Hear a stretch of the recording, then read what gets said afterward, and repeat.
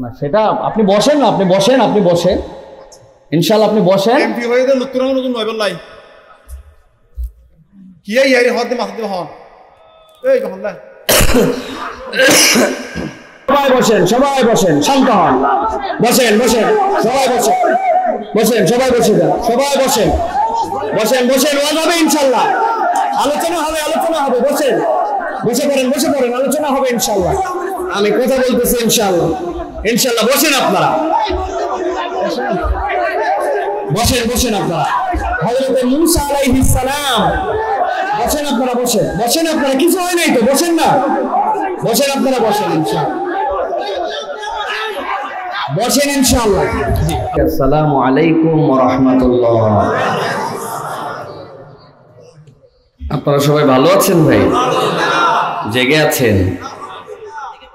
আছেন তো আপনারা, না ঘুমাই গেছেন? প্রিয় ভাইয়েরা, আমি সংক্ষিপ্ত সময়ে আপনাদের কাছে কথা বলবো, নির্ধারিত বিষয়ে কথা বলবো ইনশাআল্লাহ। তবে আমি যাদের জন্য কথা বলবো তাদের একটা শ্রেণী আলাদা। মুরব্বীদের জন্য কথা, মুরব্বীরা আসবেন বলবেন। আমি কিছু আমার শ্রেণীর, আমার বয়সের যুবকদের জন্য কিছু কথা বলার জন্য চেষ্টা করব। এই জন্য আমার শ্রোতা হচ্ছেন যুবক।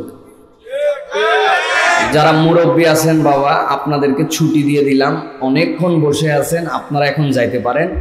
তারপরে যখন অন্য বক্তা আসবেন এই সময় আপনারা আসবেন, আপাতত আপনাদের ছুটি ডিক্লার দেওয়া থাকবে। কিন্তু যারা যুবক তরুণ আছেন তাদের জন্য বলতেছি, বহু বাইরে ঘোরাফেরা করছেন, জায়গা যদিও একটুকু নাই, কিন্তু তারপরে অনুরোধ করব আপনারা যদি আসেন তাহলে ইনশাআল্লাহ এর ভিতরেও আপনাদের জায়গা হয়ে যাবে ইনশাআল্লাহ। যুবকেরা আছেন তো আপনারা? কাদের বয়স এখন পর্যন্ত 35 হয় নাই হাত উঁচু করেন তো একটু। আন্ডার 35 যাদের 35 হয় নাই, 35-এর নিচে যারা, তারা হাত তোলেন। অনেকেই মাস্কের ভিতরে দাড়ি পাকা, হাত তুলছে এই চান্সে। আলহামদুলিল্লাহ, আমাদের যুবকেরা অনেক এসেছেন আলহামদুলিল্লাহ। প্রিয় ভাইয়েরা, আল্লাহ রাব্বুল আলামিনের কাছে এই প্রোগ্রাম, এই আয়োজন, এতে কি আপনারা খুশি? আল্লাহ রাব্বুল আলামিনের কাছে কি আমরা আজকের যে আয়োজন, বর্তমান পরিবেশ পরিস্থিতিতেও আমরা যে এই মাহফিলে আমাদের সুস্থতার জীবন নিয়ে আসতে পেরেছি, এতে কি আমরা খুশি? বুঝে না বুঝে? না বুঝে খুশি। আমি একটু বুঝাই দিব আপনাদেরকে প্রিয় ভাইরা, যে বুঝে না বুঝে খুশি। এই বুঝার জন্য আপনাদের কাছে 3টা প্রশ্ন করব, যে বুঝে না বুঝে একটুখানি, তাহলে আমাদের ধারণা পরিষ্কার হয়ে যাবে। 3টা প্রশ্ন আপনাদের কাছে। রেডি?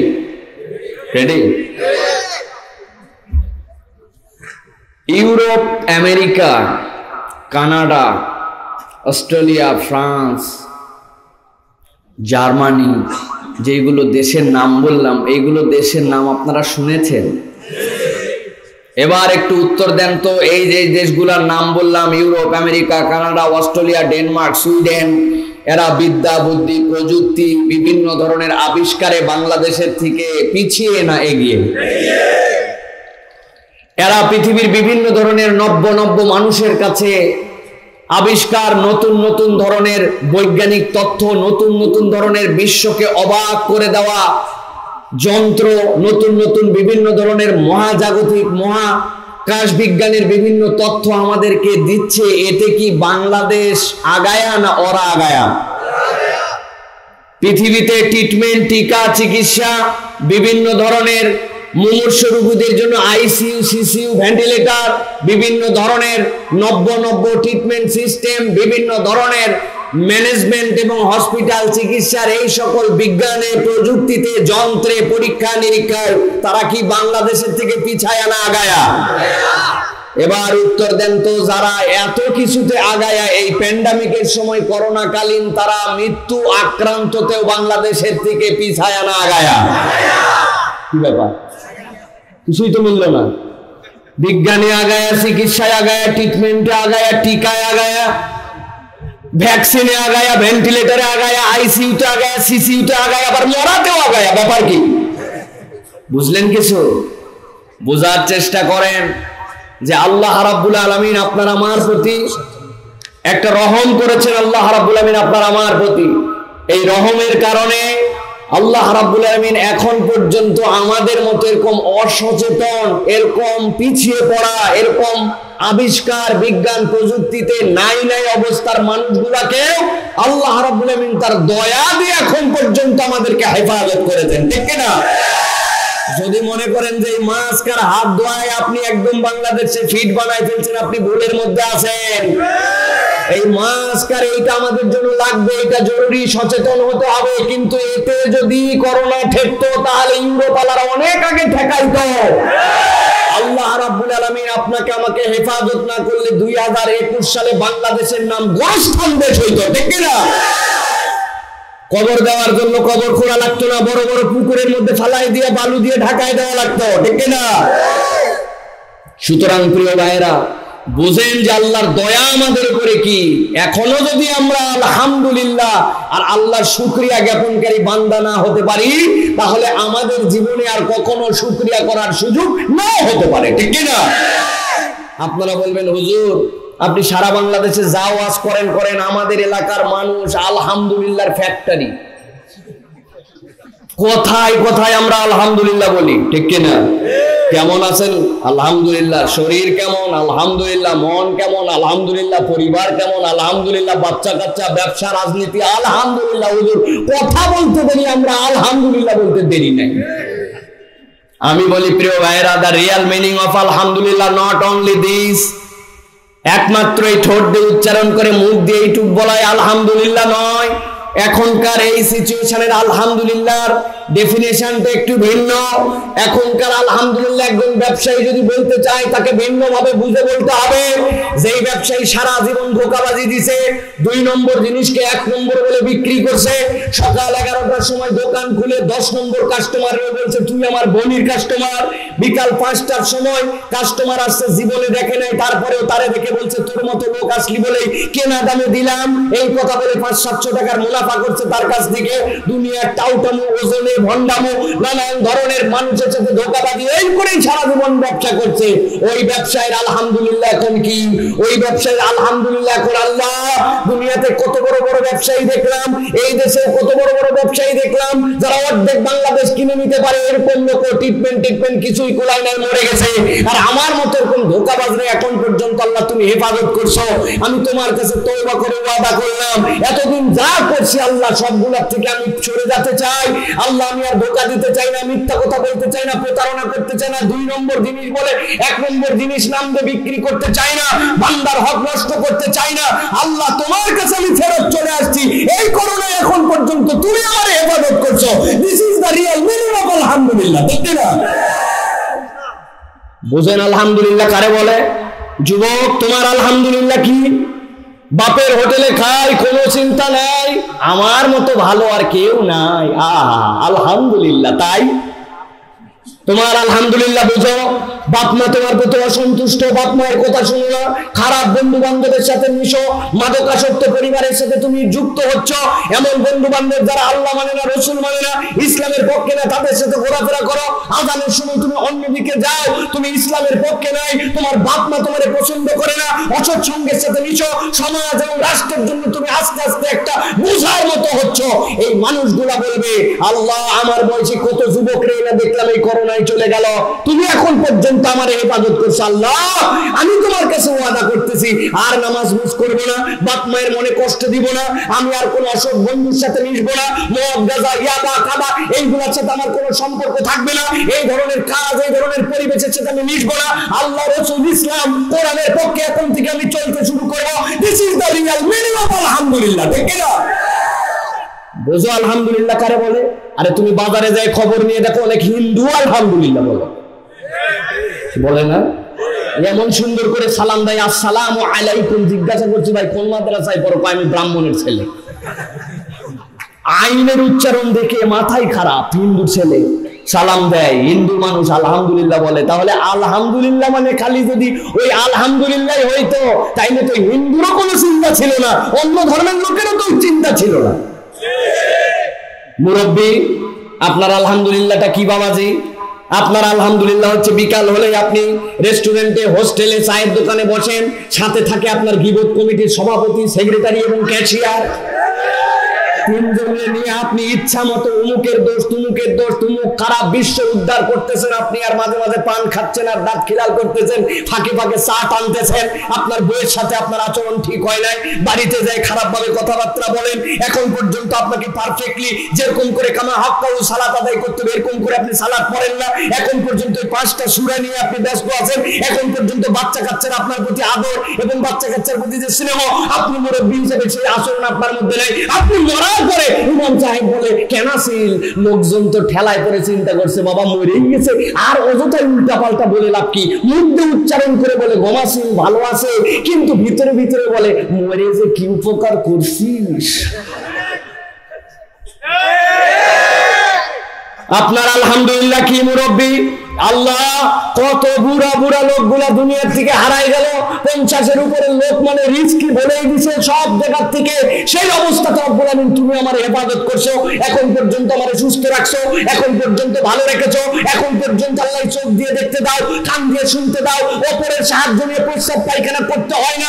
আমি আল্লাহ এত ভালো হওয়ার যোগ্যতায় রাখি না, আমি তোমার কাছে ফেরত আসলাম, আর গিবত গিল্লা করবো না।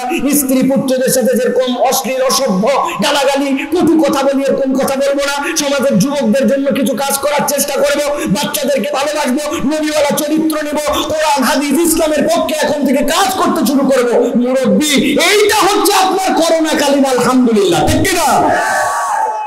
মুখ দিয়ে বলতেছেন আলহামদুলিল্লাহ ভালো আছি, আরে আলহামদুলিল্লাহ। আলহামদুলিল্লাহ বুঝেন, কনসেপ্ট অফ আলহামদুলিল্লাহ ক্লিয়ার করে নেন।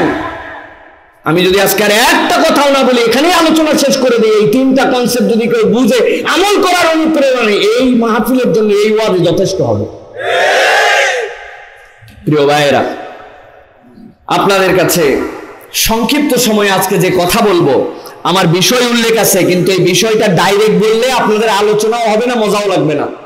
এই জন্য আমি আলোচনা যেভাবে গুছিয়েছি সেভাবে আলোচনা করব, এবং সেই আলোচনার মধ্যে ইনশাল্লাহ আজকের বিষয়টা চলে আসবে ইনশাল্লাহ। প্রিয় ভাইয়েরা, আমাদের একটা বিষয় ঈমান পরিষ্কার করতে হবে। এই বিষয়ের ঈমান যদি পরিষ্কার হয়, তাহলে সমসাময়িক আমাদের যে ইসলামী শিক্ষানীতি, এই বিষয়টা আমাদের মধ্যে বুঝে ফেলবো। যুবকদের জন্য এই শিক্ষানীতির পক্ষে কি করতে হবে, করণীয় কি, এটা আমরা বুঝে ফেলবো। প্রিয় ভাইয়েরা, একটা বিষয়ের ঈমান যদি আমরা পরিষ্কার করতে পারি, প্রিয় ভাইয়েরা, আমরা জানি ইসলামের মৌলিক ভিত্তি হচ্ছে 5টা, জানি কিনা? বুনিয়াল ইসলাম আলা খামসিন শাহাদাতি আল্লা ইলাহা ইল্লাল্লাহ ওয়া আন্না মুহাম্মাদান আবদুহু ওয়া রাসূলুহু ওয়া ইকামিস সালাহ। আল্লাহ রাসূল বলেছেন ইসলামের ভিত্তি হচ্ছে 5টা, ইসলামের মূল হচ্ছে 5টা, ইসলামের খুঁটি হচ্ছে 5টা। জানেন আপনারা? এখন যদি আমি জিজ্ঞাসা করি ভাই খুঁটি কারে বলে, বলবেন হুজুর ভিত্তি যারে বলে খুঁটি তারে বলে। বললাম খুঁটির মানে ভিত্তি, ভিত্তি কারে বলে? ভিত্তি মানে বুনিয়াদ, বুনিয়াদ কারে বলে জানি না। এই জিনিসটা বোঝানোর জন্য আমি ছোট্ট একটা উদাহরণ দিব, দিয়ে আমি আলোচনায় প্রবেশ করব। গভীরভাবে খেয়াল করেন। একটা ছেলেকে 2019 সালের 1 জানুয়ারি একটা স্কুলে নিয়ে যেয়ে ভর্তি করছেন ক্লাস 5-এ। কোন ক্লাসে? 2020 সালের 1 জানুয়ারি ওই ছেলেটা কোন ক্লাসে থাকার কথা? 6-এ। বুঝতে পারতেছেন কথা? ক্লাস 6-এর রোল কল করা হচ্ছে, কার কি রেজাল্ট আসছে ওই দিন জানানো হবে, সবার নাম ডেকে ফেলেছে। কিন্তু 2019 সালে যেই ছেলেরে ভর্তি করছিল, ধরেন তার নাম আব্দুর রহমান, উনার নাম স্কুলে ডাকে নাই। ও বলছে স্যার আমার নাম নাই কেন ক্লাসে? স্যার বলছে বাবা এটা তোমারে বলা যাবে না, তোমার বাপরে ডেকে নিয়ে আসো, তারাই বলতে হবে। বাপ ছিল এলাকার ধরেন একজন গণ্যমান্য ব্যক্তি, মান্যবর ব্যক্তি, ডেকে নিয়ে আসছে, বাবা আমার নাম নাই স্কুলে ক্লাস 6-এ, কি ব্যাপার? স্যারকে বলছে স্যার আমার ছেলের নাম নাই কেন? স্যার বলতেছে আপনি তো আমাদের সম্মানিত মানুষ, কিন্তু আপনার বাচ্চা কাচ্চার প্রতি আপনি কোনো খোঁজ খবর নিতে পারেন নাই। আপনি 2019 সালের 1 জানুয়ারি ভর্তি করে দিয়ে গেছেন, এরপরের থেকে ক্লাসে আসে নাই, এরপরের থেকে প্রথম সাময়িক পরীক্ষা, দ্বিতীয় সাময়িক পরীক্ষা, বাৎসরিক পরীক্ষায় অংশগ্রহণ করে নাই, কোনো খাতা দেয় নাই, খাতার মধ্যে লেখলে কমসে কম 33 পাইতে হয় তবেই পাস মার্ক হয়। আপনার ছেলে স্কুলেও নাই, পড়ালেখায়ও নাই, কোনো পরীক্ষাতেও নাই। এবার আপনি বলেন আপনার ছেলে ক্লাস 5-এর থেকে কি 6-এ আসবে? আসবে? তার মানে কি বোঝা গেল? একটা স্কুলে যদি আপনার নাম ঠিকায় রাখতে হয়, একটা স্কুলে যদি কোনো ক্লাস থেকে উপরে উন্নীত হতে হয়, তাহলে ওই স্কুলের ক্ষেত্রে আপনাকে অ্যাটেন্ড হতে হবে, স্কুলে পরীক্ষা দিতে হবে, পরীক্ষায় কমসে কম 33 মার্ক পেতে হবে, এটা আপনার পাস মার্ক। এখন যেই ছেলে পরীক্ষাই দেয় নাই, স্যারেরা যদি পার্সিয়ালিটি করেও নম্বর দিতে চায়, অত খাতাই নাই, 33 মার্কটা দিবে কোন জায়গায়? ঠিক কিনা? ভালো করে বোঝেন। তার মানে এইগুলা হচ্ছে একটা ভিত্তি, এইগুলা স্কুলে এবং এই ক্লাসে পাস করে টিকে থাকার জন্য এইগুলা রোকন। এইগুলা কি? এখন ইসলাম যদি একটা complete code of human life হয়, ইসলাম যদি একটা আদর্শিক ধর্ম হয়, ইসলাম যদি একটা আপনার এই দুনিয়া ওই দুনিয়া সর্বক্ষেত্রের আপনার জন্য একটা রিলিজিয়ান হয়, তাহলে ওই ইসলামের কতগুলা ভিত্তি আছে, বেনা আছে। আল্লাহ নবী বলছেন 5টা। আল্লাহ এবং তার রাসূলের ঈমান বুঝতে হবে, সালাত আদায় করতে হবে, হজ করতে হবে, রমাদানের রোজা রাখতে হবে, যাকাত আদায় করতে হবে।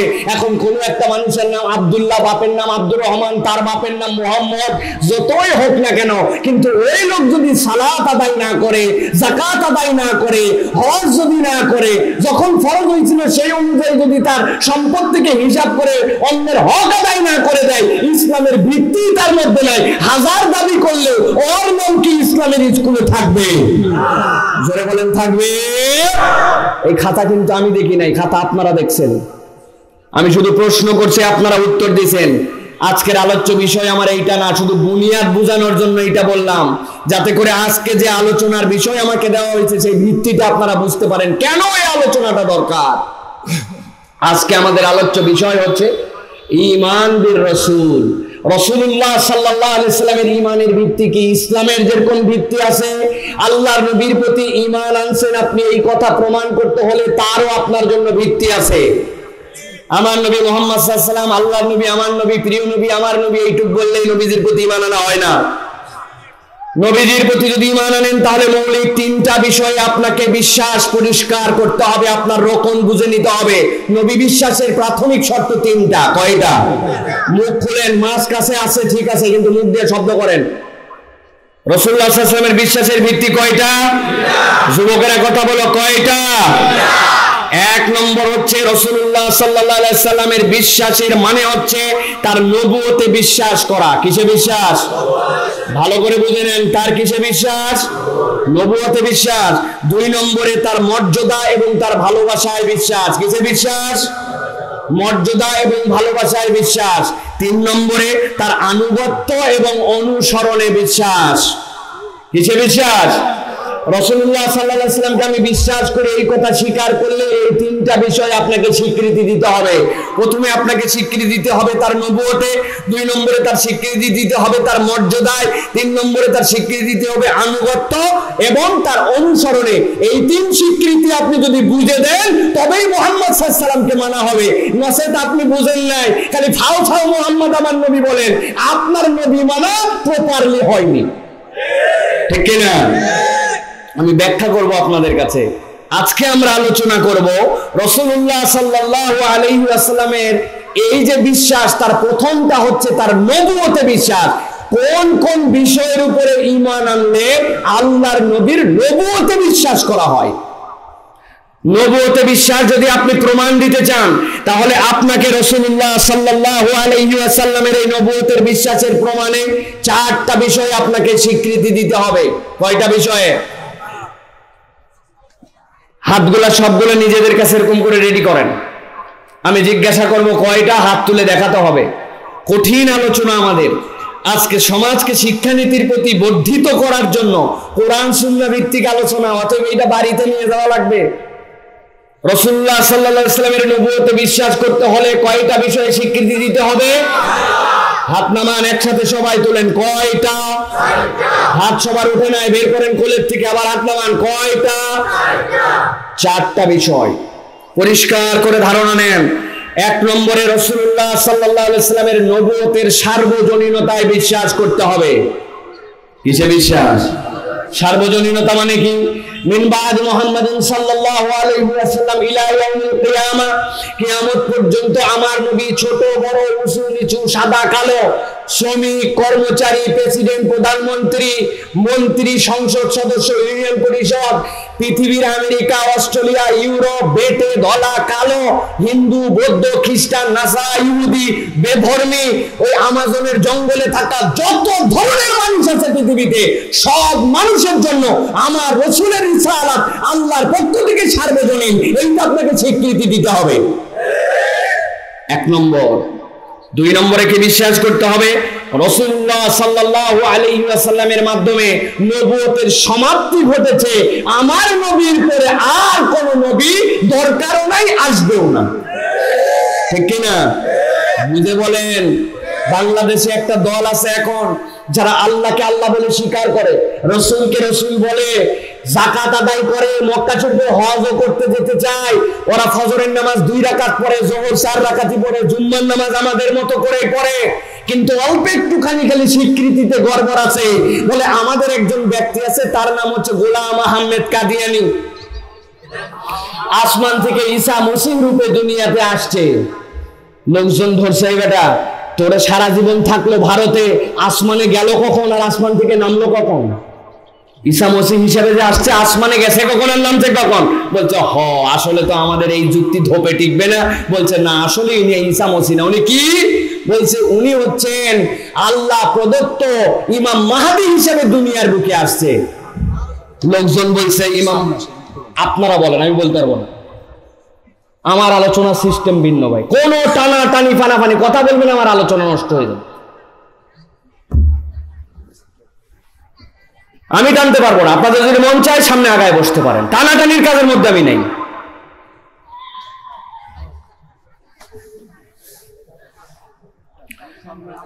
আগায় বসেন, একটু আগায় বসে। অনেকে দাঁড়ায় আসে, কষ্ট হচ্ছে, আগায় বসে, একটু আগায় বসে। আসেন, একটু আগায় আসে, আগায় আসেন, একটু আগায় বসে।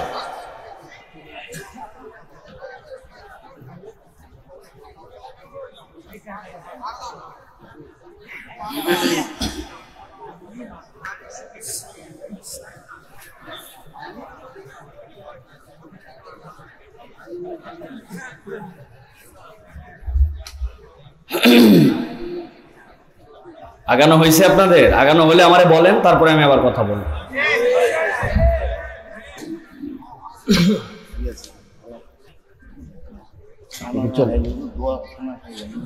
জি, আল্লাহ হাফেজ। জি, ঠিক আছে।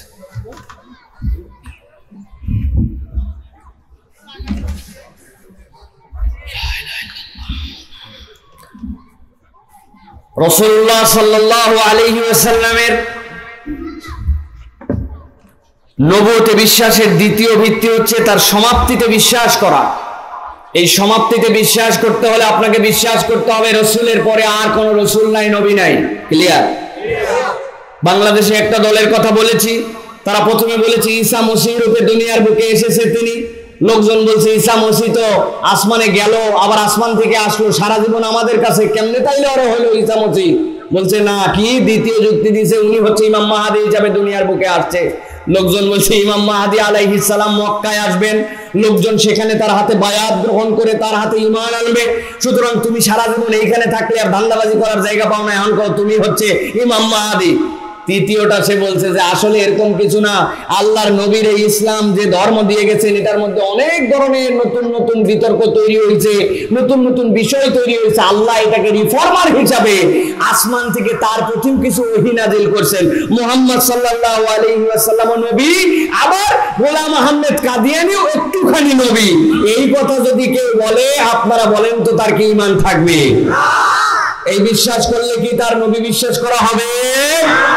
আমরা প্রকাশ্য এবং স্পষ্টভাবে সব জায়গায় কথা বলে দিতে চাই।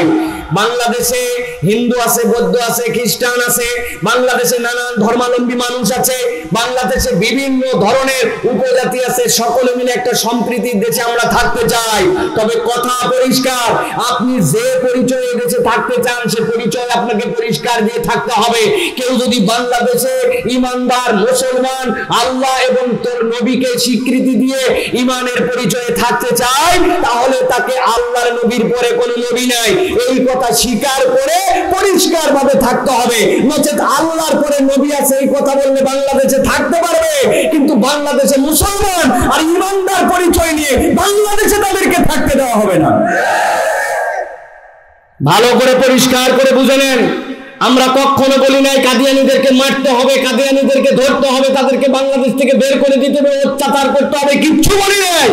আমরা বলছি আল্লাহ এবং তার রাসূলের ঈমানের ভিত্তি এইটা, আমার নবীর পরে কোনো নবী নাই, এইটা আপনাকে স্বীকার করে নিয়ে, এইটাকে মেনে নিয়ে, এইটাকে ঘোষণা দিয়ে, এই পরিচয় দিয়ে তবে ইমানদারের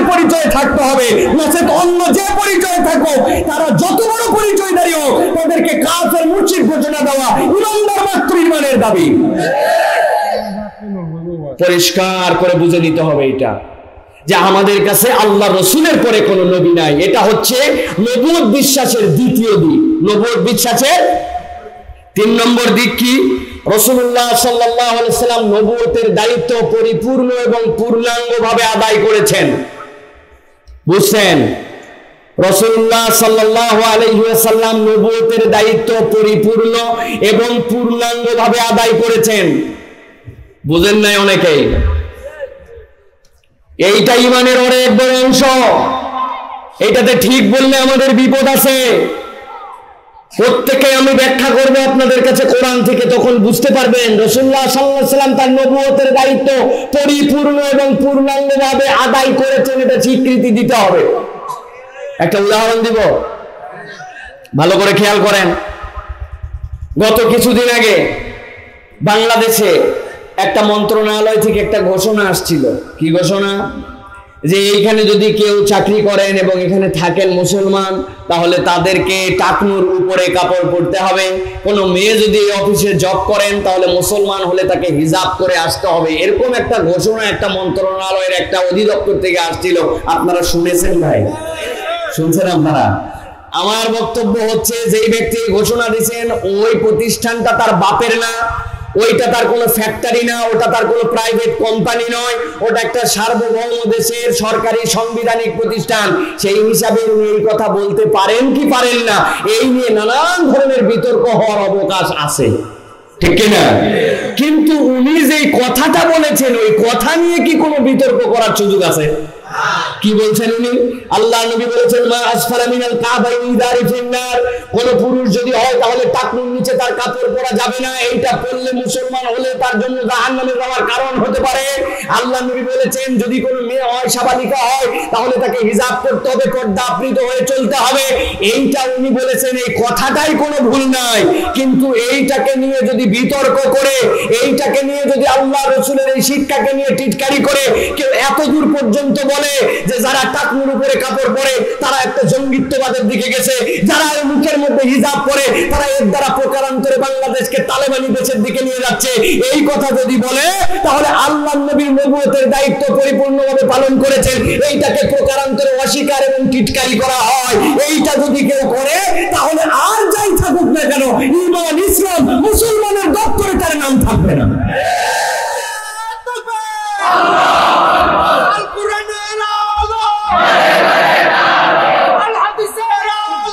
প্রিয় মুসলমান, ভালো করে বোঝেন, পরিষ্কার কথাটা বুঝে নেন। আপনি মাথার মধ্যে এটা গেঁথে নেন আপনার মধ্যে থেকে। বাংলাদেশের সব লোক যদি এই কথা বলে এবং এইটাকে যদি প্রতিবাদ করার মতো কেউ নাও থাকে, হয়তো এইটাকে নিয়ে কেউ কথাও বলতে পারে না, কিন্তু কেউ যদি আমার নবীর কোন একটা শিক্ষাকে টিটকারি করে, তাহলে আমার নবী নবুয়তের দায়িত্ব পরিপূর্ণভাবে পালন করেছেন, এইটাকে অপমান করা, অস্বীকৃতি করা হয়। দুনিয়ার কেউ কিছু আপনারা না বললেও কোরআন সুন্নাহর ফায়সালা অনুযায়ী আপনার কাছে এই বার্তা আমরা দিয়ে গেলাম। আপনি আল্লাহর কাছে হিসাব করাই গন্ডায় বুঝে নিয়েন। আপনি যদি এই কথার উপরে মৃত্যুবরণ করেন, তওবা না করে যান, এই আমল করার দ্বারা জঙ্গিত্ববাদ, তালেবানির কথা বলেন, তাহলে দুনিয়ায় কেউ কিছু না বললেও পরকালে যাওয়ার পরে দেখতে পাবেন আপনার হাসন নাচর আবু জেহেল, উতবা, সাইবার সাথে হবে, ইমানদারের সাথে হবে না। প্রিয় মুসলমান, তাহলে আল্লাহ রাসূল সাল্লাল্লাহু আলাইহি ওয়াসাল্লাম নবুয়তের দায়িত্ব পরিপূর্ণভাবে পালন করেছেন। এইটা হচ্ছে আল্লাহ রাসূলের প্রতি ঈমানের তৃতীয় ভিত্তি। ব্যাখ্যা করব আমি ইনশাআল্লাহ। 4 নম্বরে, নবুয়তের দায়িত্বের সকল শিক্ষা নির্ভুল এবং সন্দেহাতীত। বুঝতে পারতেছেন? নবুয়তে রাসূল সাল্লাল্লাহু আলাইহি ওয়াসাল্লামের সকল শিক্ষা নির্ভুল এবং সন্দেহাতীত। আপনার মাথায় ধরে কি ধরে না, এটা আপনার ব্যর্থতা। আপনি বুঝতে পারেন কি না পারেন, এটা আপনার ব্যর্থতা। আপনি পালন করতে পারেন কি না পারেন, এটা আপনার যোগ্যতা অযোগ্যতা। কিন্তু আমার রাসূল যে শিক্ষা দিয়ে গেছেন, পরিপূর্ণভাবে দিয়ে গেছেন, কিয়ামত পর্যন্ত এর মধ্যেই মানবতার মুক্তি আছে। এর মধ্যেই পৃথিবীর মানুষ সর্বাধিক সূক্ষ্ম সুন্দর জীবন ব্যবস্থা খুঁজে পাবে। আপনি পালন করতে পারেন কি না পারেন, আপনার দেশে কায়েম থাক কি না থাক, আপনার মাথায় ধরুক কি না ধরুক, এটাই সত্য কথা, এটাই বাস্তব। এটা বিশ্বাস করার নাম মুহাম্মদ সাল্লাল্লাহু আলাইহি ওয়াসাল্লামকে বিশ্বাস করা। আল্লাহ রাব্বুল আলামিন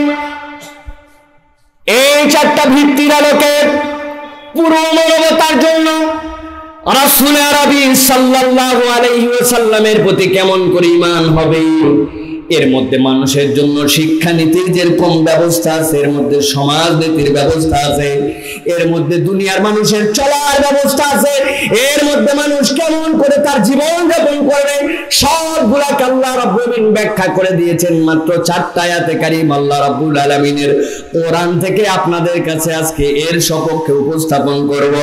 আমার আল্লাহ রাব্বুল আলামিন বলছেন, রাসূল এই 4টা ভিত্তির আলোকে আপনি সর্বপ্রথম মানুষের কাছে যান। আল কোরআনের 34 নম্বর সূরা সাবার 28 নম্বর আয়াতের মধ্যে আল্লাহ বলেন, রাসূল আপনি দুনিয়ার মানুষের কাছে একটা বার্তা নিয়ে যান আর মানুষকে বুঝায় দেন। আল্লাহ আয়াতে কারিমা নাজিল করলেন, ওয়া মা আরসালনাকা ইল্লা কাফাতান লিন-নাসি বাশীরান ওয়া নাযীরা।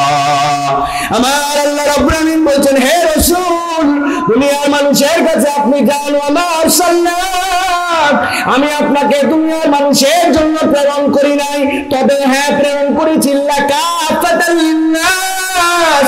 দুনিয়ায় যত মানুষ আসবে, দুনিয়ার সৃষ্টি হওয়ার পর থেকে কিয়ামত পর্যন্ত আপনার উম্মতের নামধারী যত মানুষ আসবে, সব মানুষের উপযুক্ত একটা রিসালাত দিয়া, সব মানুষের উপযুক্ত প্রোগ্রাম আপনার মধ্যে সেট করে দিয়ে তবেই আমি মুহাম্মদ সাল্লাল্লাহু আলাইহি ওয়াসাল্লামকে দুনিয়াবাসীর জন্য প্রেরণ করেছি। সুবহানাল্লাহ। এরপর আল্লাহ রাব্বুল আলামিন বলছেন, যেই মানুষটাকে আমি কিয়ামত পর্যন্ত মানুষের জন্য যথেষ্ট করলাম, সেই মানুষের 2টা অনন্য বিশেষণ আমি আল্লাহ রাব্বুল আলামিন উপস্থাপন করলাম। বান্দা তোমরা বুঝে নাও, তিনি যেমন তেমন রাসূল নয়, তার সাথে আল্লাহ রাব্বুল আলামিন 2টা শব্দ ব্যবহার করেছেন, বাশীরান ওয়া নাযীরা। আল্লাহ যত নবী রাসূল দুনিয়ায় প্রেরণ করেছেন, যত নবী রাসূল এসেছেন, সব নবী রাসূলকে আগে আল্লাহ রাব্বুল আলামিন বাশীর বলেন নাই, কিন্তু আমার হাবিবের ব্যাপারে আল্লাহ কোরআনের অনেক জায়গায় বলেছেন, ওয়াবাশশিরিল লাযীনা আমানু ওয়া আমিলুস সালিহাত। হে রাসূল আপনি আগে খুশখবরি দেন, আপনি আগে আনন্দের বার্তা দেন। আর অন্য রাসূলদের ব্যাপারে বলছেন আল্লাহ সূরা নূহের মধ্যে, নূহের ব্যাপারে বলছেন, ইন্না আরসালনা নূহান ইলা কওমিহি, আমি তো নূহকে তার কওমের কাছে পাঠালাম। কেন পাঠালাম? আনন্দের কওম। আপনি আপনার কওমকে ভয় দেখান, আপনি আপনার কওমকে সতর্ক করেন। কিন্তু আল্লাহ বলছেন, রাসূল আপনার পরিচয়টা আগে ভয় দেখানো সতর্ককারী নয়, আমি আল্লাহ আপনাকে আগে বললাম বাশীর, আপনি আগে মানুষের কাছে আনন্দের বার্তা খুশখবরিটা মানুষকে জানাইয়া দেন। আমার নবী মুসনাদ আহমদের হাদিসের মধ্যে বলছেন, আমার আল্লাহ আমাকে বলেন বাশীর ওয়া নাযীর।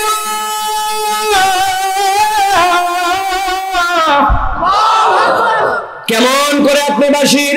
আল্লাহ নবী বলছেন, মা মিন আবদিন ইয়াশহাদু আল্লা ইলাহা ইল্লাল্লাহ ওয়া আন্না মুহাম্মাদান আবদুহু ওয়া রাসূলুহু ইল্লা হারামাহুল্লাহুন নার। হে রাসূল আপনি দুনিয়ার মানুষের কাছে বলেন, ও মানুষ দুনিয়ায় তোর কত গুনাহ আছে, কত অপরাধ আছে, তোর জীবনে কত ভুল আছে, কত ইরর আছে, সব ইরর গুলাকে এক পাশে রাখ, আর 2টা ভিত্তি আমার কাছে মজবুত করে আয়, 2টা বিষয়ে স্বীকৃতি মজবুত করে আয়। কি বিশ্বাস? আশহাদু আল্লা ইলাহা ইল্লাল্লাহ, আল্লাহর সাক্ষ্যটা বুঝে নে, ওয়া আন্না মুহাম্মাদান আবদুহু ওয়া রাসূলুহু, আর মুহাম্মদ সাল্লাল্লাহু আলাইহি সাল্লাম তার আব্দ আর তার রাসূল।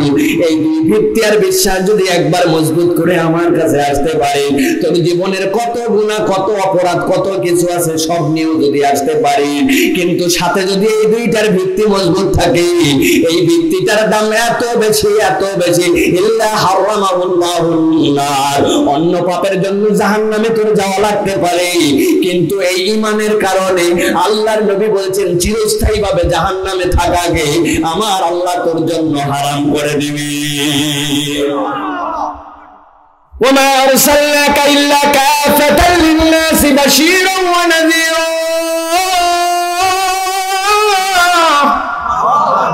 বুঝে নাও, আমার নবীর জীবনের মধ্যে যা আছে তোমার জন্য, এইটা রব্বুল আলামিন তোমাকে দিচ্ছেন কি করে?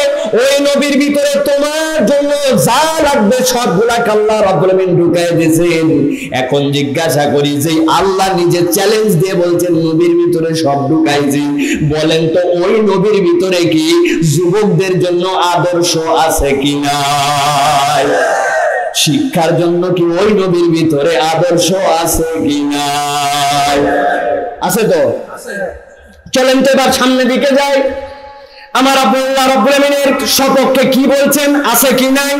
আমার আল্লাহ রাব্বুল আমিন বলছেন সূরা আল আরাফের মধ্যে, দুনিয়ার মানুষের কাছে রাসূল এবার আপনি একটু জানায় দেন, কুল ইয়া আইয়ুহান নাসু ইন্নী রাসূলুল্লাহি ইলাইকুম জামিআ।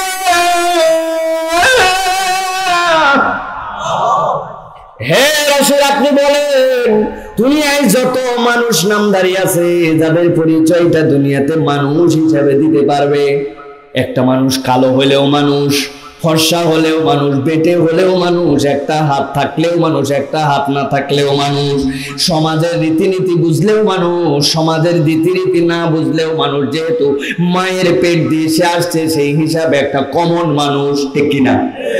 কিন্তু দুনিয়াতে মানুষ একমাত্র একটা ব্যতিক্রম প্রাণী। কিরকম ব্যতিক্রম প্রাণী?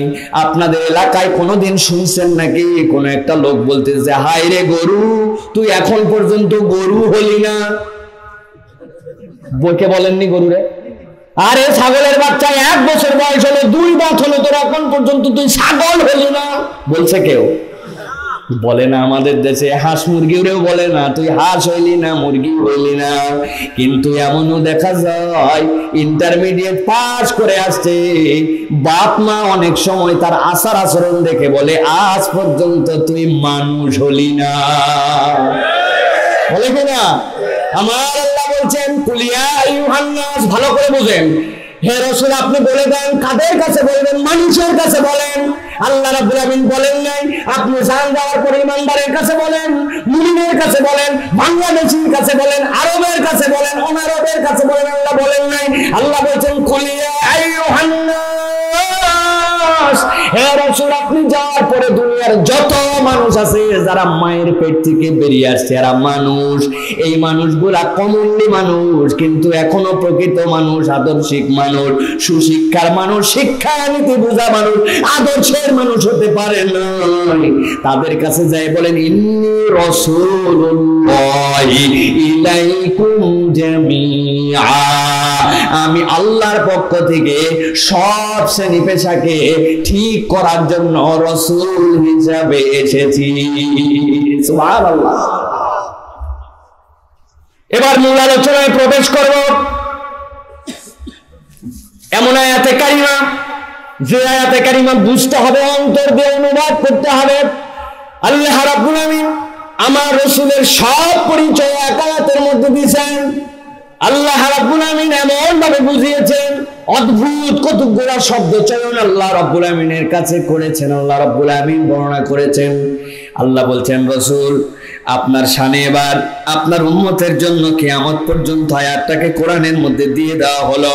আল্লাহ আয়াতে কারিমা নাজিল করলেন, সূরা ফুরকানের মধ্যে আসছে তাবারাকাল্লাযী নাযালাল ফুরকানা আলা আবদিহি লিয়াকুনা লিল আলামিনা নাযীরা।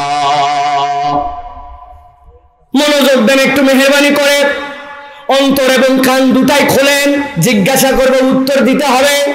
কি বলছেন আল্লাহ ভালো করে খেয়াল করেন তো। আল্লাহ বলছেন তাবারাকাল্লাযী, ওই রবের প্রশংসা, ওই রবের বরত্ব, ওই রবের জন্য যাবতীয়, আল্লাহ রাব্বুল আমিন নিজেই বলছেন ওই রবের জন্য আল্লাহর পক্ষ থেকে পবিত্রতা, মুবারক, তাবারক। জিজ্ঞাসা করি বলেন তো এই কথাটা বলছেন কে? একটু জোরে বলেন না কে? আল্লাহ বলছেন, নিজেই বলছেন প্রশংসা, পবিত্রতা আল্লাহর। আল্লাহ বলছেন কার জন্য আবার বলতেছেন? আল্লাহ নিজেই বলতেছেন নিজের জন্য তাবারাকাল্লাযী, প্রশংসা সেই রবের। কেমন একটুখানি মিসকনসেপ্ট আমাদের কাছে মনে হচ্ছে, কি ব্যাপার? আমার রব্বুল আমিন নিজেই নিজের প্রশংসা করতেছেন, ব্যাপার কি? দুনিয়ার অন্য কোন মানুষের ক্ষেত্রে হলে আমরা ভিন্নভাবে নিতাম, কিন্তু কোরআনের ক্ষেত্রে আয়াতের ব্যাখ্যাটা একটু ভিন্ন রকম। দুনিয়ায় কোনো একটা মানুষ যদি স্টেজের উপর দাঁড়ায় বলতে শুরু করে, আমি পৃথিবীর সেরা বক্তা, আমার উপরে কোনো বক্তা নাই, আমি যা বলতে পারি এরকম কেউ বলতে পারে না, লোকজন বলে পাগল নাকি, এটার নামাতো। আরে মানুষজন আর প্রশংসা করবে, নিজে নিজে এত প্রশংসা করে গাদা নাকি, মান সম্মান আর থাকলো না, ঠিক কিনা? কিন্তু আমার আল্লাহ বলছেন তাবারাকাল্লাযী, ও দুনিয়ার মানুষ, আমি আল্লাহ নিজেই আমার প্রশংসা করছি। ব্যাপার কি? আল্লাহ রাব্বুল আমিন যখন এরকম কথা বলেন, বুঝে নিতে হবে এর মধ্যে আলাদা কোনো তাত্ত্বিকতা আছে। কোরআনুল কারীমের মধ্যে আরেক জায়গায় আল্লাহ বলছেন, আপনারা নিজে এখন বুঝে ফেলবেন কেন আল্লাহ কথা বলেছেন। আল্লাহ রাব্বুল আমিন বলেন, সুবহানাল্লাযী আসরা বিআবদিহি লাইলাম মিনাল মাসজিদিল হারাম ইলাল মাসজিদিল আকসা। আল্লাহ বলছেন পবিত্রতা সেই রবের, পবিত্রতা সেই রবের। কোন রবের? আসরা, তিনি রাত্রিকালীন ভ্রমণ করিয়েছেন। তাকে, তার একজন বান্দাকে, মুহাম্মদ সাল্লাল্লাহু আলাইহি ওয়াসাল্লামকে কোথা থেকে ওই বাইতুল মুকাদ্দাসে নিয়ে গেছেন। আল্লাহর নবীকে বলছেন ওই বাইতুল মুকাদ্দাসে, বাইতুল মুকাদ্দাসের কাছ থেকে নয়, মক্কায় বাইতুল্লাহ থেকে বাইতুল মুকাদ্দাসে নিয়ে যাওয়া হয়েছে। দুনিয়ার একটা দ্রুতগামী উট দিয়ে, ঘোড়া দিয়ে গেলেও যেখানে 8 দিন লাগে, আমার আল্লাহ রাত্রিকালীন ভ্রমণ করে বাইতুল মুকাদ্দাসেই কেবল নেন নাই, আমার আল্লাহ আল্লাহর হাবিবকে মেরাজ করায়া 7 আসমান ভেদ করে সিদরাতুল মুনতাহা পর্যন্ত নিয়ে গেছেন। দুনিয়ার মানুষ, তোমার মাথায় এটা কাজ করবে না, এইটা এমন অবিশ্বাস্য, এমন অবিশ্বাস্য। এই অবিশ্বাস্য কথা বলার আগে আল্লাহ নিজে এই জন্য নিজের প্রশংসা নিজেই করে। মেরাজেরটা তো আমরা বুঝলাম যে আমার নবী এত এত পথ চলে গেছেন, কল্পনার বাহিরে চলে গেছেন। আমার নবী যেভাবে আল্লাহ নিয়ে গেছেন, তার মানে আল্লাহ সুবহান বলছেন এখানে, ঠিকই আছে, ঠিক কিনা? কিন্তু এই আয়াতে কারিমার সাথে কি ব্যাপারটা ঘটলো? আমার আল্লাহ বলছেন তাবারাকাল্লাযী নাযালাল ফুরকানা আলা আবদিহি। ব্যাপারটা বুঝতে হবে, নিশ্চয় এখানে এমন কোন বড় ঘটনা আছে যেই কারণে আমার আল্লাহ বলছেন তাবারাকাল্লাযী। কি ঘটনা? আল্লাহ বলছেন বান্দা, এইটাও ছোটখাটো ঘটনা নয়, নাযালাল ফুরকান। আমার রব আল্লাহ বলছেন, আমি আল্লাহর পক্ষ থেকে তোমাদের কাছে সত্য মিথ্যার পার্থক্যকারী একটা ফুরকান, একটা কোরআন অবতীর্ণ করেছে। এইটা যেরকম আশ্চর্যজনক, তার থেকে আশ্চর্যজনক কি জানো নাকি বান্দা? আলা আবদিহি, আমার একজন গোলাম, আমার একজন বান্দা, দুনিয়ার একজন মানুষ মুহাম্মদ সাল্লাল্লাহু আলাইহি ওয়াসাল্লামের প্রতি কোরআন অবতীর্ণ করেছি। বুঝার চেষ্টা করেন, এটা ছোটখাটো কোনো ব্যাপার নয়। আল্লাহ রাব্বুল আমিন বলছেন এই কোরআন অবতীর্ণ করেছি আমার একজন বান্দার উপরে। আল্লাহ এটার ব্যাখ্যা করছেন অন্য জায়গায়, কেমন করে এটা এত আশ্চর্যজনক। কোরআন তো চলে আসলো, নবীর উপরে নাযিল হয়ে গেল, জিবরাইল আসলো, নবী ধরে ফেললেন। বিষয়টা তো সোজা নয়। আমার আল্লাহ এটার ব্যাখ্যা করছেন অন্য আয়াতের মধ্যে। আল্লাহ বলছেন লাহু আনজালনা হাযাল কুরআন আলা জাবালিন লারাআইতাহু খাশিআম মুতাসাদ্দিআ। ও দুনিয়ার মানুষ, কত উঁচু পাহাড় তুমি চেনো? হজ করতে যারা গিয়েছেন দেখেছেন সেই উহুদের পাহাড়, হজে গিয়েছেন যারা তারা দেখেছেন হেরার পাহাড়, হজে গিয়েছেন যারা তারা দেখেছেন জাবালে সাওর। আল্লাহর নবী যেখানে হিজরতের সময় যে লুকিয়েছিলেন, এত উঁচু, আমার মতো এরকম ছেলে আজ থেকে 15-20 বছর আগে উঠতে লাগছে প্রায় 2.5 ঘন্টা। এত উঁচু একটা পাহাড়। এই তো গেল ওই মক্কার পাহাড়। আপনার আমার এই ইন্ডিয়াতে কাছে যদি যায়, হিমালয়ের চূড়া শুনছেন আপনারা? হিমালয়ের নাম কত উঁচু যার উপরে ওঠার পরে কেউ যদি নিজের দেশের পতাকা গেড়ে দিতে পারে তাইলে তার সুনাম হয়ে যায়। আমার আল্লাহ বলছেন, ও মানুষ, আমি আল্লাহ তো এমনি এমনি তাবারাকাল্লাযী বলি নাই, বুঝ রে বান্দা, আমি নবীর প্রতি এই কোরআন অবতীর্ণ করেছি। এই কোরআন যদি আমার হাবিবের প্রতি অবতীর্ণ না করে, কোরআনটাকে যদি আমি এরকম উঁচু কোন শৃঙ্গ, উঁচু কোন পাহাড়ের উপর অবতীর্ণ করতাম, আমি আল্লাহ সাক্ষী দিয়ে বলছি ওই পাহাড় এইটাকে গ্রহণ করতে পারতো না, ভয়ে থরথর করে কাঁপতে কাঁপতে পাহাড়টা ধ্বংস হয়ে যাইত। لو أنزلنا هذا القرآن على جبل لرأيته خاشعا متصدعا। আল্লাহ এত কিছু এত বড় বড় থাকতে কেন আবার পাহাড়ের কথা এখানে বললেন? উদাহরণটা কেন পাহাড় দিয়ে দেওয়া হলো? আমার আল্লাহ তারও ব্যাখ্যা করছেন, এইটা সব ব্যাখ্যা করছি তাবারাকাল্লাযীর ব্যাখ্যা, বুঝতে পারতেছেন? আমার আল্লাহ বলছেন ওয়াল জিবালা আওতাদা, আমি পাহাড়কে তো বান্দা এই জন্য উদাহরণ দিলাম, একটু মাথা খাটায় দে। একটা পাহাড় উপর দিকে যতখানি রে বান্দা, আমি আল্লাহ বললাম এই পাহাড়টা খালি উপর দিকে এতটুকুই তুই দেখে চুপ করে থাকিস না। আমি আল্লাহ বলছি একটা পাহাড় উপরে যতখানি, এইটা পেরেকের মতো মাটির ভিতরেও আমি আল্লাহ ততখানি ঘিরে রেখেছি। ওই উঁচু হিমালয় যতখানি আসমানের দিকে উঁচু, আমার আল্লাহ বলছেন ততখানি মাটির নিচে ওইটাকে ঘিরে রাখা হয়েছে। রিসেন্ট আমলে বিজ্ঞানীরা প্রমাণ করেছে এটা সত্য। একটা পাহাড় উপর দিকে বেশ যতখানি পাইলিং করার মতো ভিতর দিকে ততখানি। তাইলে বুঝেন একটা পাহাড় এত বড়, এত পাইলিং, তারপরে আল্লাহ বলছেন এই কোরআনের একটা আয়াত আসলে সে নিতে পারতো না। আর আমি আল্লাহ বললাম তাবারাকাল্লাযী, বান্দা বুঝ আমার প্রশংসা এমনি এমনি করে নয়। আল্লাহ বলছেন নাযাল ফুরকান আলা আবদিহি। ও দুনিয়ার মানুষ, আমি এই কোরআনকে বিস্ময়কর ভাবে আমার নবীর উপরে অবতীর্ণ করেছি, কিন্তু অবতীর্ণ করার পরে মুহাম্মদ সাল্লাল্লাহু আলাইহি সাল্লামকে এমন স্থিতি দিয়েছি, এমন ঠান্ডা বানাইছি, আমার নবী নড়ে নাই, চড়ে নাই, সর্বোচ্চ কপাল দিয়ে একটু ঘাম বেরিয়েছে। আল্লাহু আকবার। বুঝার চেষ্টা করেন তাহলে কোন কোরআন, কোন বিষয়টা আল্লাহ নবীর প্রতি দিলেন, কত ভার বিষয় নবীকে দেওয়া হলো। এবার আল্লাহ রাব্বুল আলামিন কেন এই কোরআন দিলেন, কেন এই ভার জিনিসটা দিলেন, কেন তাবারাকাল্লাযী বলে শুরু করলেন, আমার আল্লাহ তার দ্বিতীয় ব্যাখ্যা করছেন। আল্লাহ বলছেন লিয়াকুনা লিল আলামিন নাযীরা।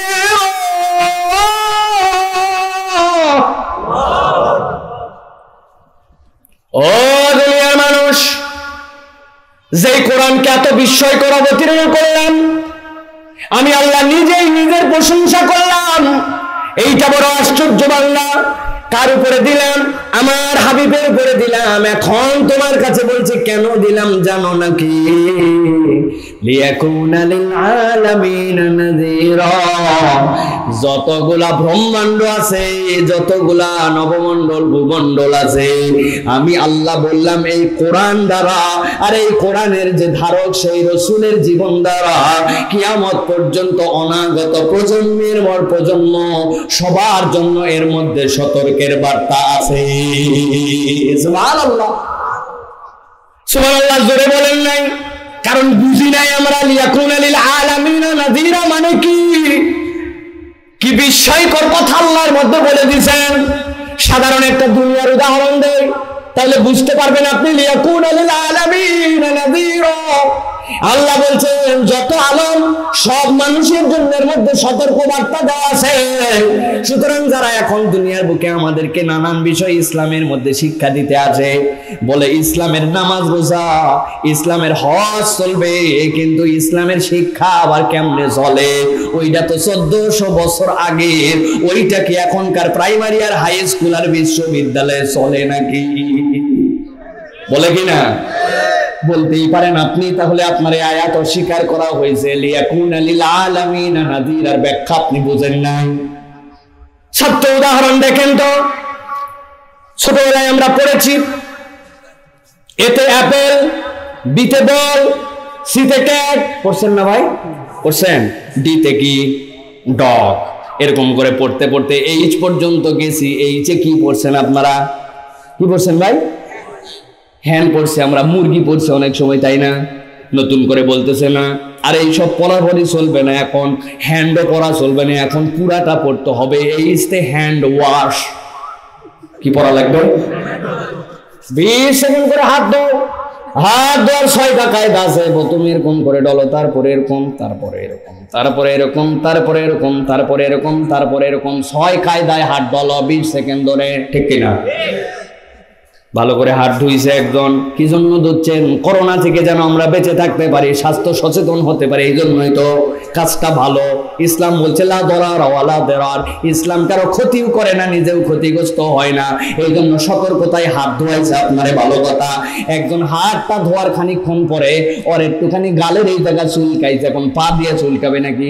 হাত দিয়ে চুলকাছে। এইটা মুখে তো এই হাত ধোয়ার আগেও চুলকানি খানিক ছিল, এখন বলেন তো হাত ধোয়ার পরে যখন আবার মুখ চুলকাইছে, নতুন করে হাতে আবার ভাইরাস লাগছে কিনা? ধো হাত ধো, আবার হাত ধো, আবার 20 সেকেন্ড কসলায় কসলায় হাত ধোয়া শেষ। এরপরে খানিকক্ষণ পর মাথা চুলকাইছে, আবার আসছে কিনা আবার ময়লা, আবার হাত ধো। ধুইছে, ধোয়ার পরে এরপরে হাতের এই জায়গা চুলকাইছে, খানিকক্ষণ পর আবার হাত ধো। হাত ধুতে ধুতে ফানা, ঠিক কিনা? বাড়িতে ঢুকছে, জুতা খুলছে, খোলার পরে পায়ে হাত দিছে, আবার হাত তো ময়লা, আবার হাত ধো। ধোয়া লাগবে কিনা? আমার আল্লাহ বলছেন একটুখানি বুঝো, এই হাত ধোয়া ভালো, তবে আমার রাসূল বলছেন আর একটু বিউটিফুল ভাবে ধোও। যদি ধুতেই চাও হাতটা আগে ধুয়ে নাও, এরপরে মুখটা ধোও, মুখটা ধোয়ার পরে কবজি পর্যন্ত এই হাত দুইটা ধোও, মাথার উপর দিয়ে একটু মোছাও করো, সাথে কুলালে। এরপরে তুমি যদি ওযুর মধ্যে যেতে চাও তাহলে টাকনু পর্যন্ত উভয় পাটা ধোও। এইটা হচ্ছে তোমার জন্য কিয়ামত পর্যন্ত সর্বোত্তম পরিষ্কার পরিচ্ছন্নতা। লিয়াকুনা লিল আলামিনা নাযীরা। আমার আল্লাহ বলছেন সবচেয়ে উত্তমটা পাইলে তুমি কোরআন থেকে পাবে। ওই কোরআন 1400 বছর আগে জানতো না 2000 সালে বাংলাদেশে করোনা হবে, এই হ্যান্ড ওয়াশ আসবে, কোরআন জানে না, কোরআন ওইটা বোঝে না, কিন্তু আল্লাহ প্রাইম জিনিসটা বলে দিয়েছেন। আমার আল্লাহ জানেন, আমার আল্লাহ জেনে শব্দটা উল্লেখ করে দিয়েছেন। আমার নবী তার বাস্তবিক রূপ দেখাই দিয়ে গেছেন। সর্বোত্তম বিষয় যদি কিছু পেতে চান, আমার রাসূল থেকেই আপনাকে নিতে হবে। কতগুলা লোক দেখলাম এয়ারপোর্টে মশারি পরে ঘুরতেছে মাথায়, আছে নাকি আপনার এলাকায়? কি ব্যাপার ভাই, মশারি কেন মাথায়? কয় ভাইরাস ঠেকাচ্ছি। দারুণ ব্যাপার, আপনি ঠেকান, কোনো সমস্যা নাই। মশারি দিয়ে যদি ভাইরাস ঠেকে, আপনার মাথায় যদি না লাগে, আপনাকে নিতেই হতে পারে। কিন্তু আমার কথা হলো, ওই মশারি নিয়ে তো আমরা একবারও বলি নাই, টিটকারি করি নাই। কিন্তু এতদিন যখন আমি টুপি পরি, তখন মাঝে মাঝে আপনি টুপিওয়ালার মোল্লা বলে আমাদের ওই টুপিরে টিটকারিটা করতেন কেন? আপনার ওই মশারির থেকে তো ভালো আমার এই টুপি, ঠিক কিনা? আমার বউ মুখের মধ্যে হিজাব করে, পর্দা করে। এখন দেখি যারা আমার বউরে এতদিন পর্যন্ত আপনার পর্দাওয়ালা মা বোনরা যারা টিটকারি করছে, এখন দেখি প্রথমে একটা সার্জিক্যাল, এরপরে 95, তার উপরে একটা কাপড় 3 খান দিয়ে ঘোরে। আমি তো আপনারে খারাপ বলি নাই, আপনি মাস্ক পরেন, আপনি সতর্ক থাকেন। কিন্তু আমার আপনার স্ত্রীরা যখন পর্দা করেছে, মুখ বাঁধছে, তখন আপনি কেন তাদেরকে ব্যাকডেটেড বললেন? এখন তো আপনারে কেউ ব্যাকডেটেড বলে না। কই যাচ্ছিস বোন? কই হাসপাতালে যাচ্ছি। কই শোন, হাসপাতালে গেলে এখন যে অবস্থা, এইভাবে যাইস না, অন্তত একটা পিপিই পরে যা। কি পরে যা? পিপিই পরে যা। কই রে বাবা, একটা পিপির দাম তো অনেক, কোথায় পাবো এখন? কই শোন, তাও রিস্ক নিস না। তোর বরের কি মোটরসাইকেল আছে নাকি? বলে আছে। কই মোটরসাইকেলে যেহেতু আছে, বর্ষাকালে মোটরসাইকেল চালানোর জন্য রেনকোট নিশ্চয় আছে। পিপি না পাইলে অন্তত বোন তুই রেনকোট পরে যা। মহিলা এখন রেনকোট পরে মুখের মধ্যে 3 খান মাছ দিয়ে মাথার মধ্যে মশারি পরে যায়, উনারে কেউ ব্যাকডেটেড এখন বলে না। কিন্তু আপনার আমার মা বোনেরা যদি ইসলাম মানে পর্দা করে, বোরখা পরে, মাথায় টুপি পরে, তাহলে আমাদেরকে মোল্লা মুন্সি বলে টিটকারি করে কেন? ঠিক না? আমার আল্লাহ বলছেন ইয়াকুনা লিল আলামিনা নাযীরা।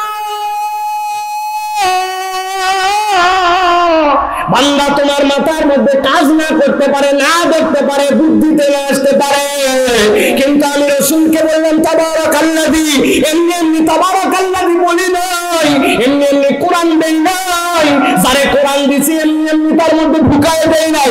আমি আল্লাহ বলছি কিয়ামত পর্যন্ত তোমার চলা, তোমার বলা, তোমার আদর্শ, তুমি যেখানে যা খুঁজতে যাবে আমার রাসূলের মধ্যে সব ঢুকায় দেওয়া আছে। এইটাকে যোগ্য করে এইটাকে করতে পারবে বলে তবেই আমি রব্বুল আলামিন রাসূলকে পাঠাইছি, তবেই আমি এই কোরআন দিয়েছি। যারা এই কোরআনের পক্ষে থাকবে, কোরআনের পক্ষে কথা বলবে, এই কোরআনকে মেনে চলবে, কিয়ামত পর্যন্ত তারাই আপডেট। আর যারা কোরআন মানবে না, কোরআনকে ফলো করবে না, কোরআনের বিধিবিধান আর ইমানদার মুসলমানদের নিয়ে টিটকারি করবে, আমরা আল্লাহর ভাষায় বলে দিতে চাই তোমরা হচ্ছে চূড়ান্ত আবু জেহেল মার্কা ব্যাকডেটে। আমার আল্লাহ রাব্বুল আলামিন তাহলে যে বললেন লিয়াকুনা লিল আলামিনা নাযীরা, তাহলে কি ওই নবীর দেওয়া শিক্ষানীতি আছে কি নাই? আছে। ওইটা কি ফলো করা লাগবে না লাগবে না? ওইটা ফলো করলে কি আমরা মুক্তি পাবো কি পাবো না? ওইটাই হচ্ছে এমন একটা শিক্ষা ব্যবস্থা, যে শিক্ষা ব্যবস্থায় আল্লাহ বলছেন ইকরা বিসমি রাব্বিকাল্লাযী খলাক খলাকাল ইনসানা মিন আলাক। হে রাসূল, আপনার কাছে যখন প্রথম এসেছে আল্লাহ শিক্ষা দিয়েছেন এইটার ব্যাপারে, জিবরাইল আমিন ধরায় ধরছে, চাপায় চাপায় বলছে ইকরা মা নবী করিম, আমি মুহাম্মদ পড়তে জানি না। জিবরাইল আবার ধরায় ধরছে, বলো আবার ইকরা, আমি পড়তে জানি না। আবার জড়ায় ধরছে মানা বেকারিন, আমি তো পড়তে জানি না। আল্লাহ এবার বলেন ইকরা বিসমি রাব্বিকাল্লাযী খলাক। আপনাকে তো নরমাল পড়তে বলা হয় না, আপনি পড়ুন যিনি আপনাকে সৃষ্টি করেছেন তার নামে। সাথে সাথে আমার আল্লাহর নবী মুখ দিয়ে বলছেন ইকরা বিসমি রাব্বিকাল্লাযী খলাক। এই আয়াতে কারিমার আলোকে পৃথিবীর সর্বশ্রেষ্ঠ মূলনীতি হচ্ছে শিক্ষার ক্ষেত্রে যেই শিক্ষায় আল্লাহ চেনা যায় ওইটাই সুশিক্ষা। আর যে শিক্ষায় হাজার হাজার ডিগ্রি পাওয়া যায় কিন্তু আল্লাহ চেনা যায় না, ওইটা সুশিক্ষা হতে পারে না। ঠিক তো? এই জন্য বলবো প্রিয় ভাইয়েরা, আমরা তো চাইলেই শিক্ষানীতি প্রণয়ন করতে পারি না, কিন্তু আমার ঘরের একটা দায়িত্ব আছে। কি দায়িত্ব? আপনার ঘরের দায়িত্ব হচ্ছে আপনি আপনার যে কচি সন্তানটা ওইটার জন্য আপনি নিজে একটা শিক্ষানীতি প্রণয়ন করেন। কি শিক্ষানীতি? 4 বছর যখন বয়স হয়ে যাবে বাড়িতে এমন একজন আলেম ওলামা, এমন একজন মাদ্রাসা পড়ুয়া কোরআন জানে এরকম লোকের সাথে আনান।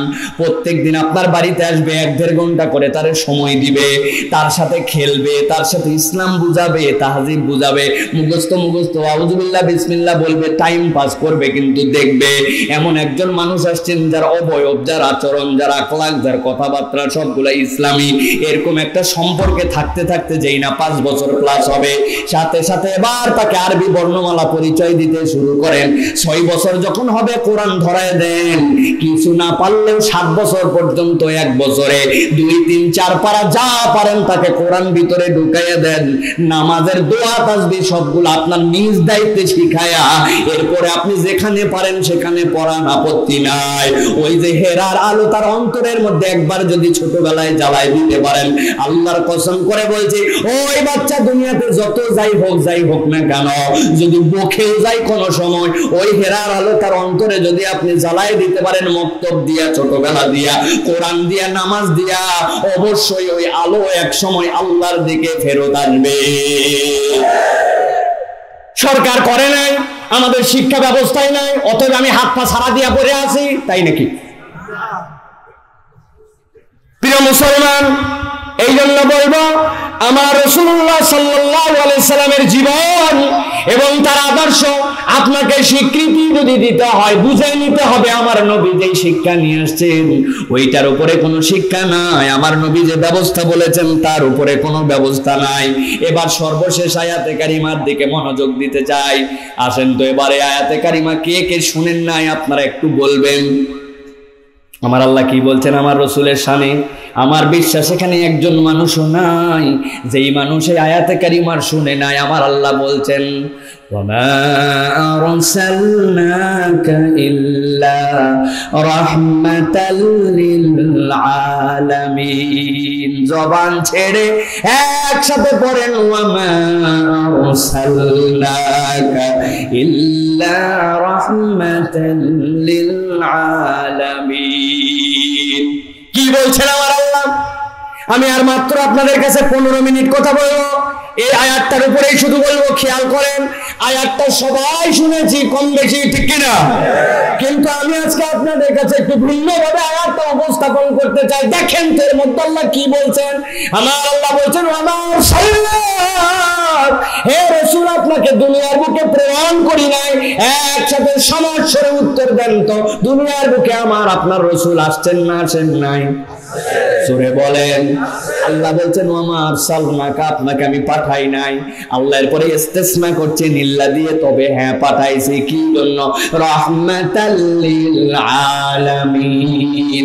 যতগুলা জগৎ আছে সব জগতের জন্য আপনি রহমত হওয়ার উপযুক্ত। এই উপযুক্ত করে আপনাকে তবে আমি দুনিয়ায় পাঠাইছি। সুবহানাল্লাহ। এই আয়াতের ব্যাখ্যা যদি আপনাকে বুঝতে হয় তাহলে একবারে কোরআনের প্রথমে যেতে হবে। কি বলছেন আল্লাহ এখানে? কোরআন খুললেন আপনি, এখন কোরআন খোলার পরে আউযু বিল্লাহি মিনাশ শাইতানির রাজিম, কোরআন খুললেই নিজে নিজেই পড়ে নিতে হয়। কোরআনে লেখা নাই, ঠিক কিনা? কি আছে এরপরে লেখা? বিসমিল্লাহির রহমানির রহিম। তারপরে কোরআন খোলার সাথে সাথেই আল্লাহ ওয়ামা আরসালনাকা ইল্লা রাহমাতাল লিল আলামিন বোঝার মতো একটা আয়াত দিয়েছেন। কি সেইটা? আমার আল্লাহ বলছেন আলহামদুলিল্লাহি রাব্বিল আলামিন। অর্থ কি? আলহামদুলিল্লাহ, সকল প্রশংসা আল্লাহর, তাই নাকি? ঠিক কিনা? হয় নাই? অনেক দীর্ঘ আলোচনা। আলহামদু মানে সকল প্রশংসা আল্লাহর, কিন্তু অন্তরের মধ্যে ডিমান্ড করে না সকল প্রশংসার মানে কি। একটু বুঝে নিতে হবে। একমাত্র শব্দ হাম, যার মধ্যে হামদ আছে, শুকর আছে। আল্লাহ রাব্বুল আলামিন এমন একটা শব্দ নির্বাচন করলেন, দুনিয়ার অনেক বিষয়ের প্রতি আপনার ভালোবাসা থাকতে পারে, ওই বিষয়টার প্রতি আপনি শুকরগুজার হতে পারেন, কিন্তু সব বিষয়ে কিন্তু বান্দা কৃতজ্ঞ হয় না। দারুণ তো এই ক্যামেরাটা, বাহ, ক্যাননের ক্যামেরা খুবই সুন্দর রে। ক্যামেরা দেখতেও সুন্দর, লেন্সও সুন্দর। আপনি ক্যামেরার একটা প্রশংসা করছেন, কিন্তু এই ক্যামেরা আপনার নয়। ক্যামেরা হাজার প্রশংসা করলে আপনারে দিবে না, এতে ক্যামেরারও কিছু যায়ও না, আসেও না, ঠিক কিনা? কিন্তু আপনার বাপ আপনারে কোনো একদিন একটা মোবাইল এনে দিছে, মোবাইলটা অত বেশি ভালো না, কম দামি, কিন্তু অ্যান্ড্রয়েড একটা সেট এনে বলছে, বাপ তুই তো ম্যাট্রিকে উঠে গেছিস, আমার সামর্থ্যের মধ্যে এই সেটটা তোরে দিলাম। সেটটা নেওয়ার সাথে সাথে বাপের দিকে তাকায়া এমন ফ্যাল ফ্যাল করে তাকাইছে, আর সেটটারে যে কি করবে বুঝতেই পারতেছে না, এত তার ভালো লাগছে। ইতিমধ্যে তার ছোট বোন একটা আছে, বাইরে খেলতেছিল মাটি দিয়া, হাতের মধ্যে একটু মাটি লাগা, বাপ দিছে এই মোবাইল, কেবল মোবাইল রাখছে, দৌড়াই আসে ওই মোবাইলটাই একটু খালি শুইছে, অল্প একটু কাদা এই কোনায় লাগছে, একবারে নতুন জিনিস করছে। নিজের সাদা কাপড়, গায়ের কাপড় দিয়ে মুছতেছে কাদা। কি বুঝলেন না? কারণ কি? কারণ ওইটার প্রতি তার ভালোবাসা, ওইটার প্রতি তার কৃতজ্ঞতা, ওইটার প্রতি তার শুকরিয়া। দুনিয়ার মানুষ বুঝেন, আমার আল্লাহ এমনি এমনি আলহাম বলেন নাই। আল্লাহ বলছেন আলহামদের মধ্যে কি আছে বান্দা বুঝে নে, তার রবকে তোর চিনা হয়ে যাবে। ওই হামদের মধ্যে তোর রবের জন্য কৃতজ্ঞতা আছে, তোর রবের জন্য প্রশংসা আছে। কেন আমি আল্লাহ বললাম? কারণ আল্লাহ রাব্বুল আলামিন বলছেন দুনিয়ার মানুষ, আমি আল্লাহ রাব্বুল আলামিন হামিদ। দুনিয়াতে আর কেউ হামিদ নয়। হামিদ মানে কি? দুনিয়ার সব মানুষ যদি আমার রবের প্রশংসা করে তবেও আমার রব প্রশংসিত, আর দুনিয়ার সব মানুষ যদি আমার রব প্রশংসা করা ছেড়ে দেয় তবুও আমার রবের প্রশংসার একটু অংশ কমে না, তবুও আমার রব হচ্ছেন সর্বাধিক প্রশংসিত। সেই আল্লাহ বলছেন আলহামদু। তাহলে একটু ধারণা পাইছেন আলহামদু মানে কি? আল্লাহ বলছেন আলহামদুলিল্লাহ, তিনি হচ্ছেন আল্লাহ, তার পরিচয় কে? রব্বুল আলামিন।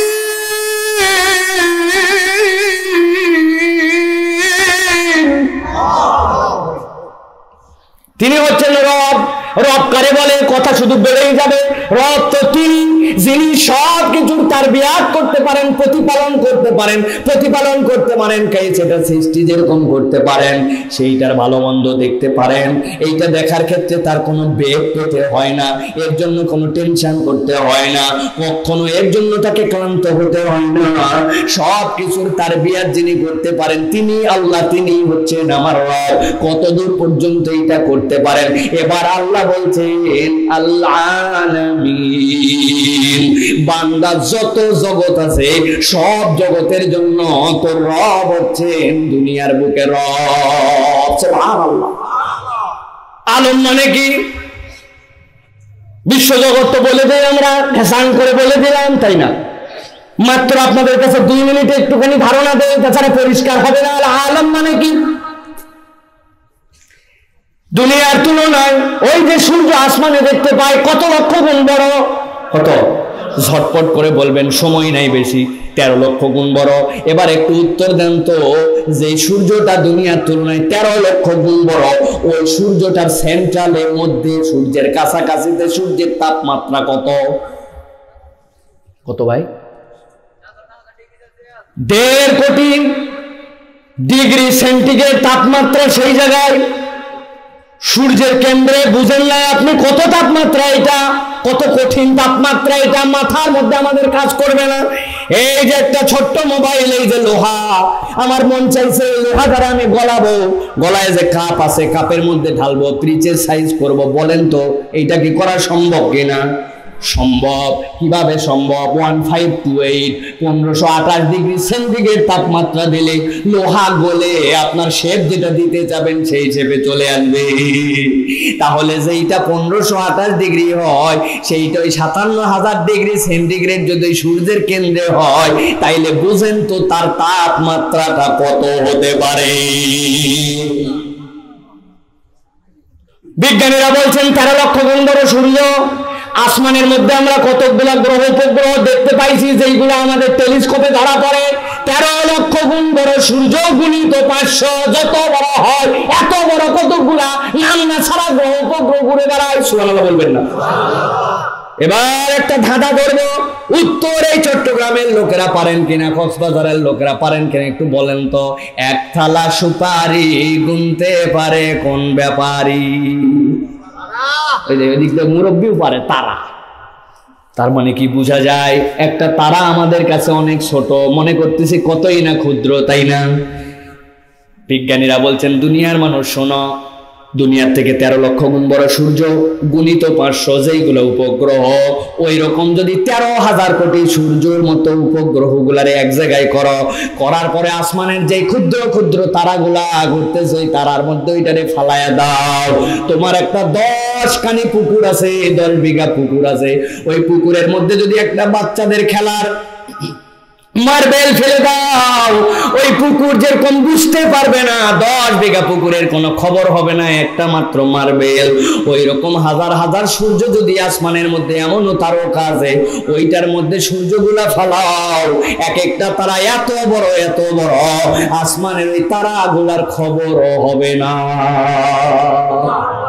বিজ্ঞানীরা বলছেন যেই তারা কোটি কোটি সূর্য খেয়ে ফেলতে পারে এত বড়, ওই তারাগুলা নিজের কক্ষপথে চলতে চলতে ব্ল্যাক হোল এমন কতগুলা কৃষ্ণ গহ্বর আছে, ওইখানে টুপ করে পরে হারায়া যায়, আর কোনোদিন সেই তারাগুলার খবর পাওয়া যায় না। যেই তারা কোটি সূর্য খেতে পারে, যেই সূর্য 13 লক্ষ গুণ দুনিয়ার থেকে বড়, ওই তারাও হারায় আর খুঁজে পায় না।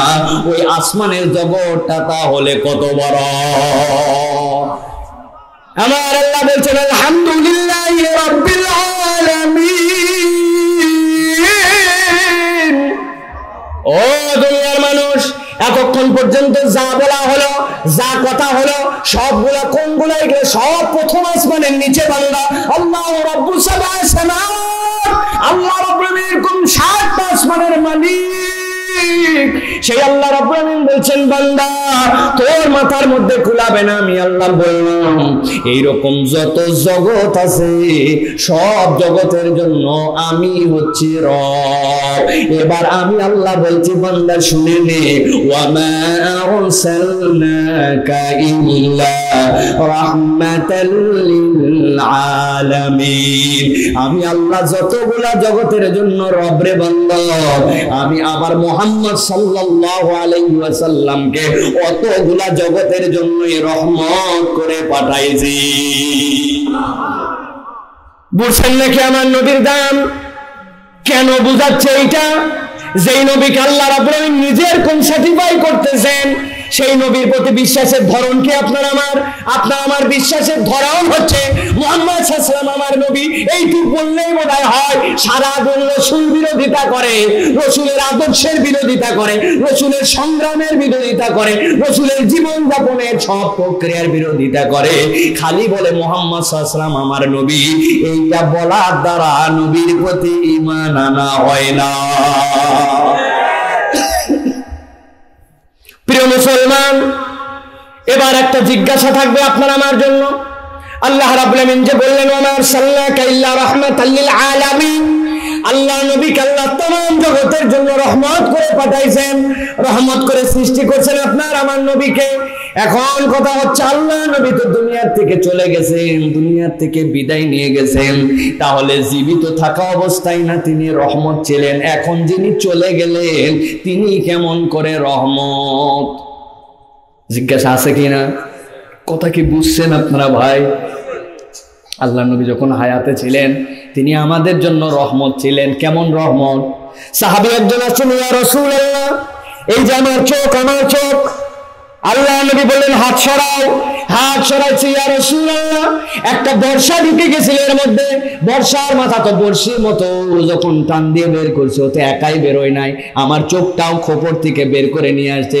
আল্লাহ নবী আদর করে চোখটা ধরলেন, ভিতরের মধ্যে ঢুকায় দিলেন, মুখের মধ্যে থেকে একটু লালা নিয়ে চোখটার মধ্যে লাগায় দিলেন। আল্লাহ নবীর ওই যে চোখটা ঢুকায় দিয়ে লাগায় দিয়েছিলেন, মদিনার লোক বলেছে মদিনায় তো অনেক চোখ আমরা দেখেছি, কিন্তু আমার নবী যে চোখটা ঢুকায় দিয়ে লালা লাগাইছিলেন ওর থেকে সুন্দর চোখওয়ালা মদিনায় কেউ ছিল না।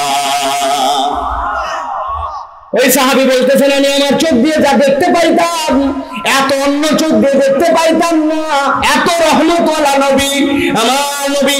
ওই যে জাবালে সাওরের মধ্যে, গারে সাওরের মধ্যে হযরত আবু বকর সিদ্দিক রাদিয়াল্লাহু তাআলা সব বন্ধ করেছেন 2-3টা, তারপরে ফুটা বন্ধ করতে পারেন নাই।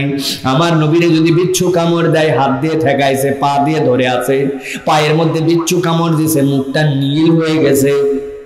আবু বকর মন খারাপ, না ইয়া রাসূলুল্লাহ মন খারাপ করবে কেন? চিন্তা হয় কার জন্য? আপনার জন্য। নিচ থেকে দেখি 100 উটের লোভে কতগুলার পা দেখা যায়, মাথাটা নিচু করলেই তো আপনাকে দেখে ফেলবে ইয়া রাসূলুল্লাহ। আল্লাহ আয়াতে কারিমা নাজিল করলেন লা তাহজান ইন্নাল্লাহা মা'ানা।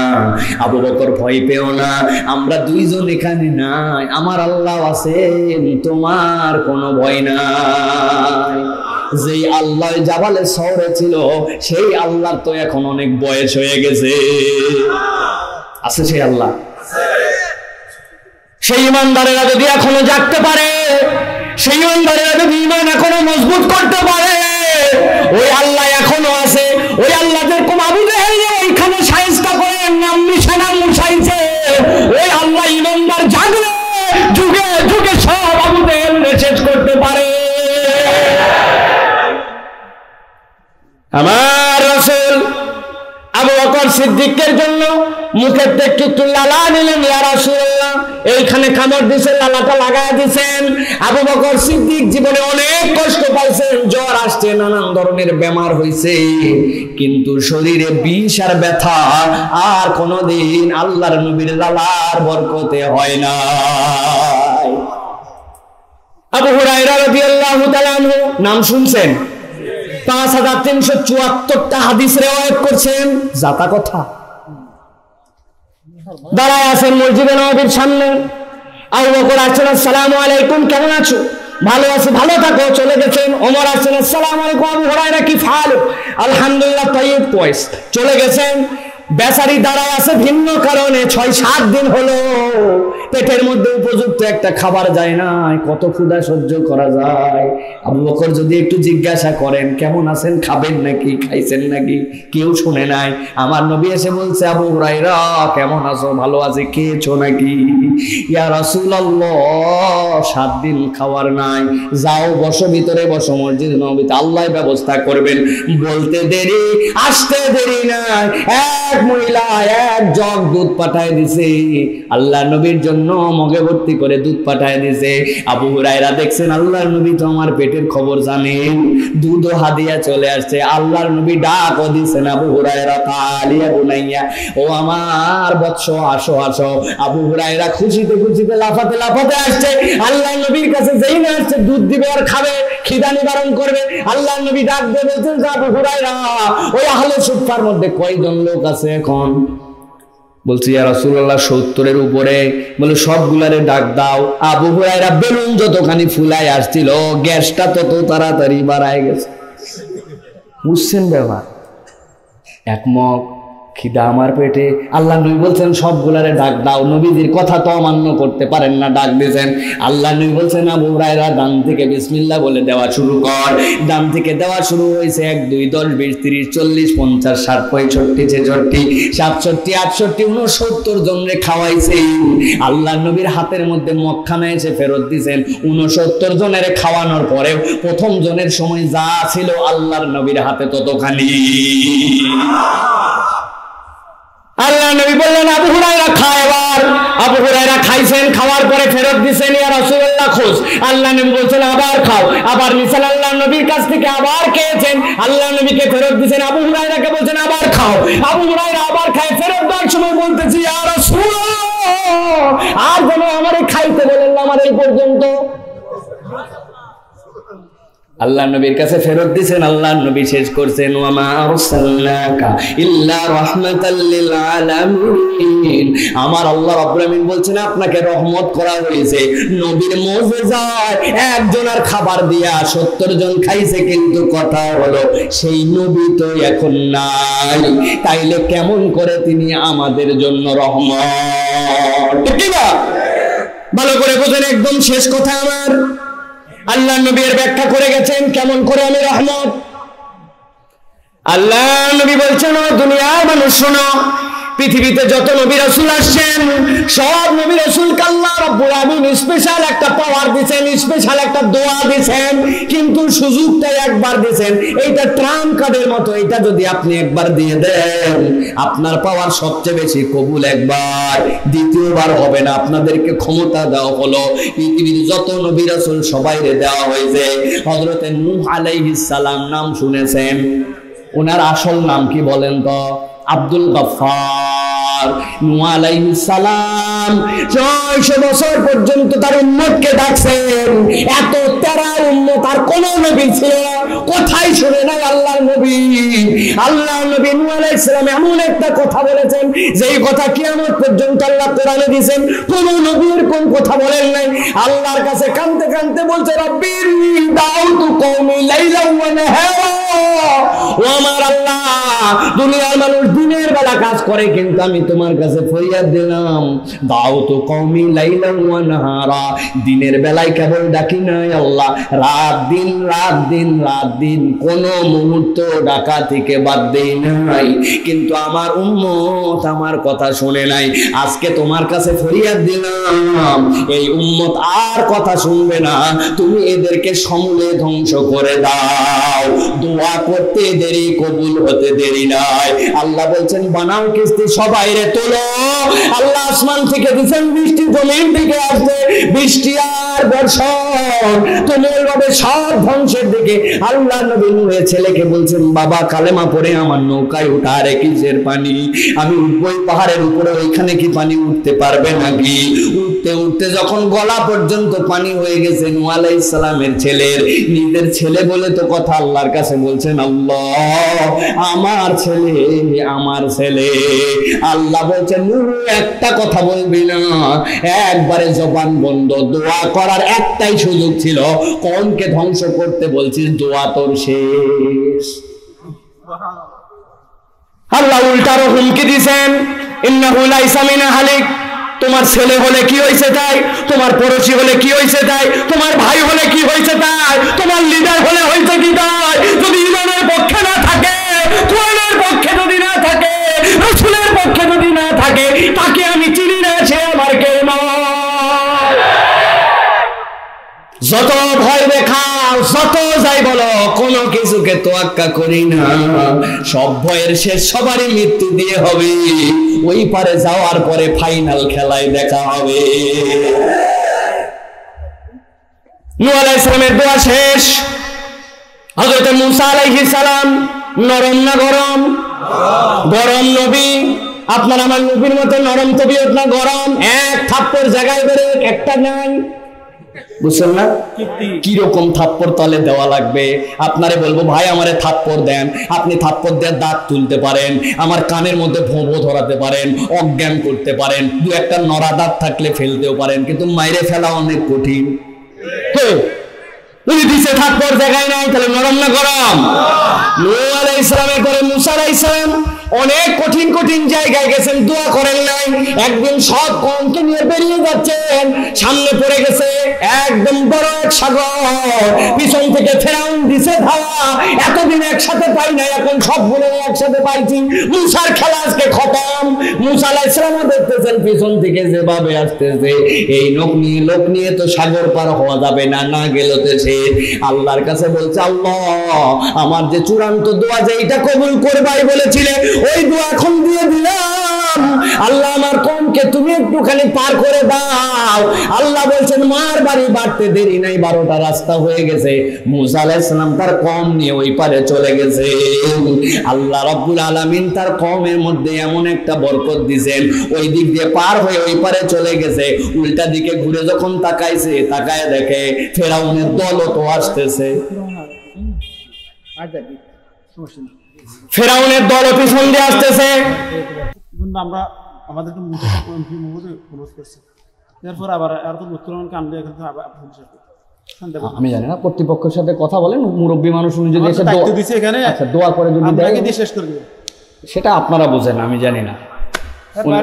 উনি যদি এসে দোয়া করে দেখ আসে, ভাই বসেন, আপনি আশা করা যায় তো অন্যরকম কিছু হবে না ইনশাল্লাহ। আপনি বসেন, কথাবার্তা শুনেন, যদি উল্টাপাল্টা কিছু হয় তাহলে আপনি বললেন না, সেটা আপনি বসেন না, আপনি বসেন ইনশাল্লাহ, আপনি বসেন।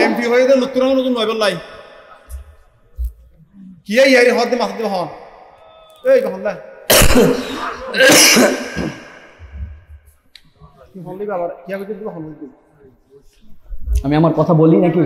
আমি কথা বলবো কথা? আমার ঢাকা চলে যেতে হবে, আমার মসজিদে জুমা।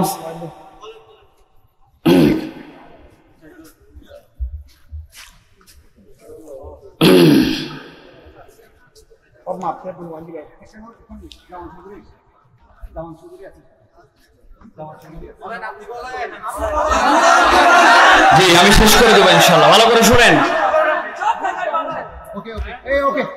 কোনো সমস্যা নেই ইনশাআল্লাহ, হুজুর আসবেন ইনশাআল্লাহ। ইনশাআল্লাহ বলে লিল্লাহি তাকবীর, লিল্লাহি তাকবীর। আল কোরআনের আলো, আল হাদিসের আলো, লিল্লাহি তাকবীর। সবাই বসেন, শান্ত হন। বসেন, সবাই বসেন, ওয়াজ হবে ইনশাআল্লাহ, আলোচনা হবে, বসে পড়েন, আলোচনা হবে ইনশাআল্লাহ। আমি কথা বলতেছি ইনশাআল্লাহ, বসেন আপনারা, বসেন আপনারা। হযরত মূসা আলাইহিস সালাম, বসেন আপনারা, কিছু হয় নাই তো, বসেন না, আপনারা বসেন ইনশাআল্লাহ। আলোচনা হবে, হুজুর আসবে, আলোচনা করবে, আপনারা শান্ত হন। এখানে যা হবে এখানে হবে, একদম চোখ থাকেন, মাহফিল হবে। বসেন ইনশাআল্লাহ। আমি এক্ষুনি শেষ করবো। স্লোগান হবে না, কেউ স্লোগান দেবো না, এখন কোনো স্লোগান হবে না, সবাই শান্ত থাকুন, আমি আছি এখানে ইনশাআল্লাহ। আলহামদুলিল্লাহ। প্রিয় ভাইয়েরা, চুপচাপ বসেন, বসেন, আপনি বসেন, আপনি কিটা বসেন, আমি কথা একদম শেষ করে দেবো এখন ইনশাআল্লাহ। তাহলে যেটা বলছিলাম মনে আছে আপনাদের? হযরত মুসা আলাইহিস সালামের দোয়া শেষ, ঠিক কি না? এরপরে মুসা আলাইহিস সালামের কওম ওই পারে গেল, যাওয়ার পরে তারা বলতেছে, মুসা তুমি তো লাঠির বাড়ি দিয়ে এই পারে পার করে নিয়ে আইছো আমাদেরকে, কিন্তু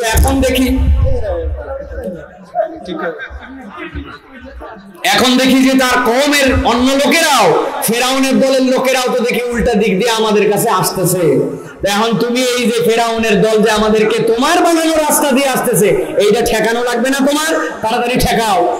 মুসা আলাইহিস সালাম আল্লাহকে বলছে, আল্লাহ আমি তো ঠিকই দেখতেছি, আমার কওমও তো দেখতেছে যেই রাস্তা দিয়ে এদেরকে নিয়ে আসছি ওই রাস্তা দিয়েই দেখি আবার আসতেছে সেই মুসা আলাইহিস সালামের পরিবর্তে ফেরাউনের দল, তাদেরকে আমরা কেমনে ঠেকাবো? আল্লাহ বলছেন, মুসা তোমার দোয়া শেষ, তোমার আর দ্বিতীয় কোনো দোয়া এখানে কাজ করবে না, ঠিক না?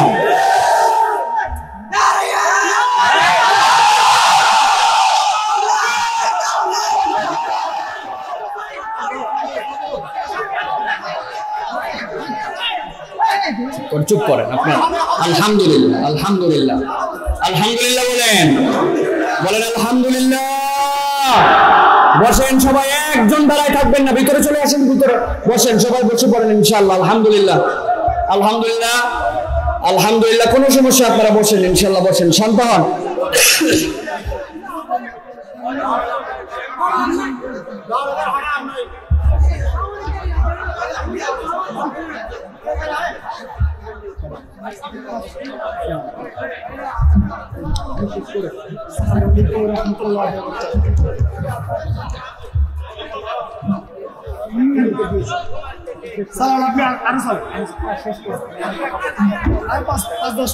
আলহামদুলিল্লাহ, আলহামদুলিল্লাহ, বসেন।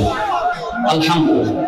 প্রিয় ভাইয়েরা, আলহামদুলিল্লাহ, আমি আর কথা বাড়াবো না, শুধু সর্বশেষ 1 মিনিট একটা কথা বলে চলে যাই। যে কথা এতক্ষণ ধরে আপনাদেরকে বুঝালাম, সমসাময়িক ইসলাম তরুণ সমাজকে শিক্ষানীতির প্রতি আমাদের যে উদ্বুদ্ধ করতে হবে, এই আদর্শে রাসূলুল্লাহ সাল্লাল্লাহু আলাইহি ওয়াসাল্লামের বিশ্বাসের ভিত্তি কি হবে এর উপরে কথা বলেছি। সর্বশেষ বলবো, রাসূল চলে গেছেন, সব রাসূল তার দোয়া শেষ করেছেন, কিন্তু আমার রাসূল বলছেন আমি আমার দোয়াটাকে রিজার্ভ করেছি। সুবহানাল্লাহ বলেন। আমার আল্লাহ নবী বলছেন কিয়ামতের ময়দানে সব মানুষের জন্য আল্লাহ যখন বিচার ব্যবস্থা কায়েম করবেন, আল্লাহ নবী বলছেন, ও দুনিয়ার মানুষ, আমার আল্লাহ আমাকে রাহমাতাল লিল আলামিন বললেন, আমি তো দুনিয়ায় নাই, কিন্তু রহমত কেমন করে জানো নাকি? ওই পরকালের বিচারের দিবসে রব্বুল আমিন যখন বিচার করবেন, এরপরে পুলসিরাত পার হতে শুরু করবে বান্দারা, আমি আল্লাহ রব্বুল আমিনের আদালতে ওই দিন শাফি হিসাবে আমি রব্বুল আমিনের কাছে সুপারিশকারী হিসাবে দাঁড়ায় যাব। আমি আল্লাহর কাছে ওই দিন বলবো, রব্বুল আমিন তুমি তো আমার কাছে আরেকটা ওয়াদাও করেছিলে, ওয়ালা সাউফা ইউতিকা রাব্বুকা ফাতারদা, আর রব্বুল আমিন তুমি আমাকে এমন দোয়া দিবে আমি খুশি হয়ে যাব রব্বুল আলামিন। আজকে আমার ওই জায়গাতে আমার এই দোয়াকে সেট করে দিলাম। আজকে রব্বুল আমিন তোমার কাছে ফরিয়াদ দিলাম, আমার একটা উম্মত যদি ঈমানদার হয় আর সে যদি জাহান্নামে থাকে, আমি রাসূল জান্নাতে যাব না, আর জান্নাতে না ঢোকালে আমি রাসূল সন্তুষ্ট হব না। এটাই হচ্ছে আজকে আমার পক্ষ থেকে তোমার কাছে দোয়া। আমার আল্লাহ এর জন্য বলছেন, ওয়া মা আরসালনাকা ইল্লা রাহমাতাল লিল আলামিন।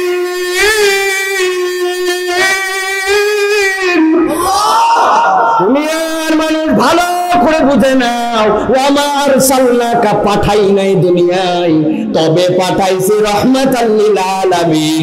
মানব জীবনের চলতে যা যা লাগবে সব কিছু রাসূলের মধ্যে ঢুকাইয়া দিয়া তবে রাসূলকে আমি প্রেরণ করেছি। আল্লাহ কবুল করে বলেন আল্লাহুম্মা আমিন। ওয়া আখির দাওয়ানা আলহামদুলিল্লাহি রাব্বিল আলামিন। সুবহানাকাল্লাহুম্মা বিহামদিকা আশহাদু আল্লা ইলাহা ইল্লা আনতা আস্তাগফিরুকা ওয়া আতুবু ইলাইক। আসসালামু আলাইকুম ওয়া রাহমাতুল্লাহি ওয়া বারাকাতুহু।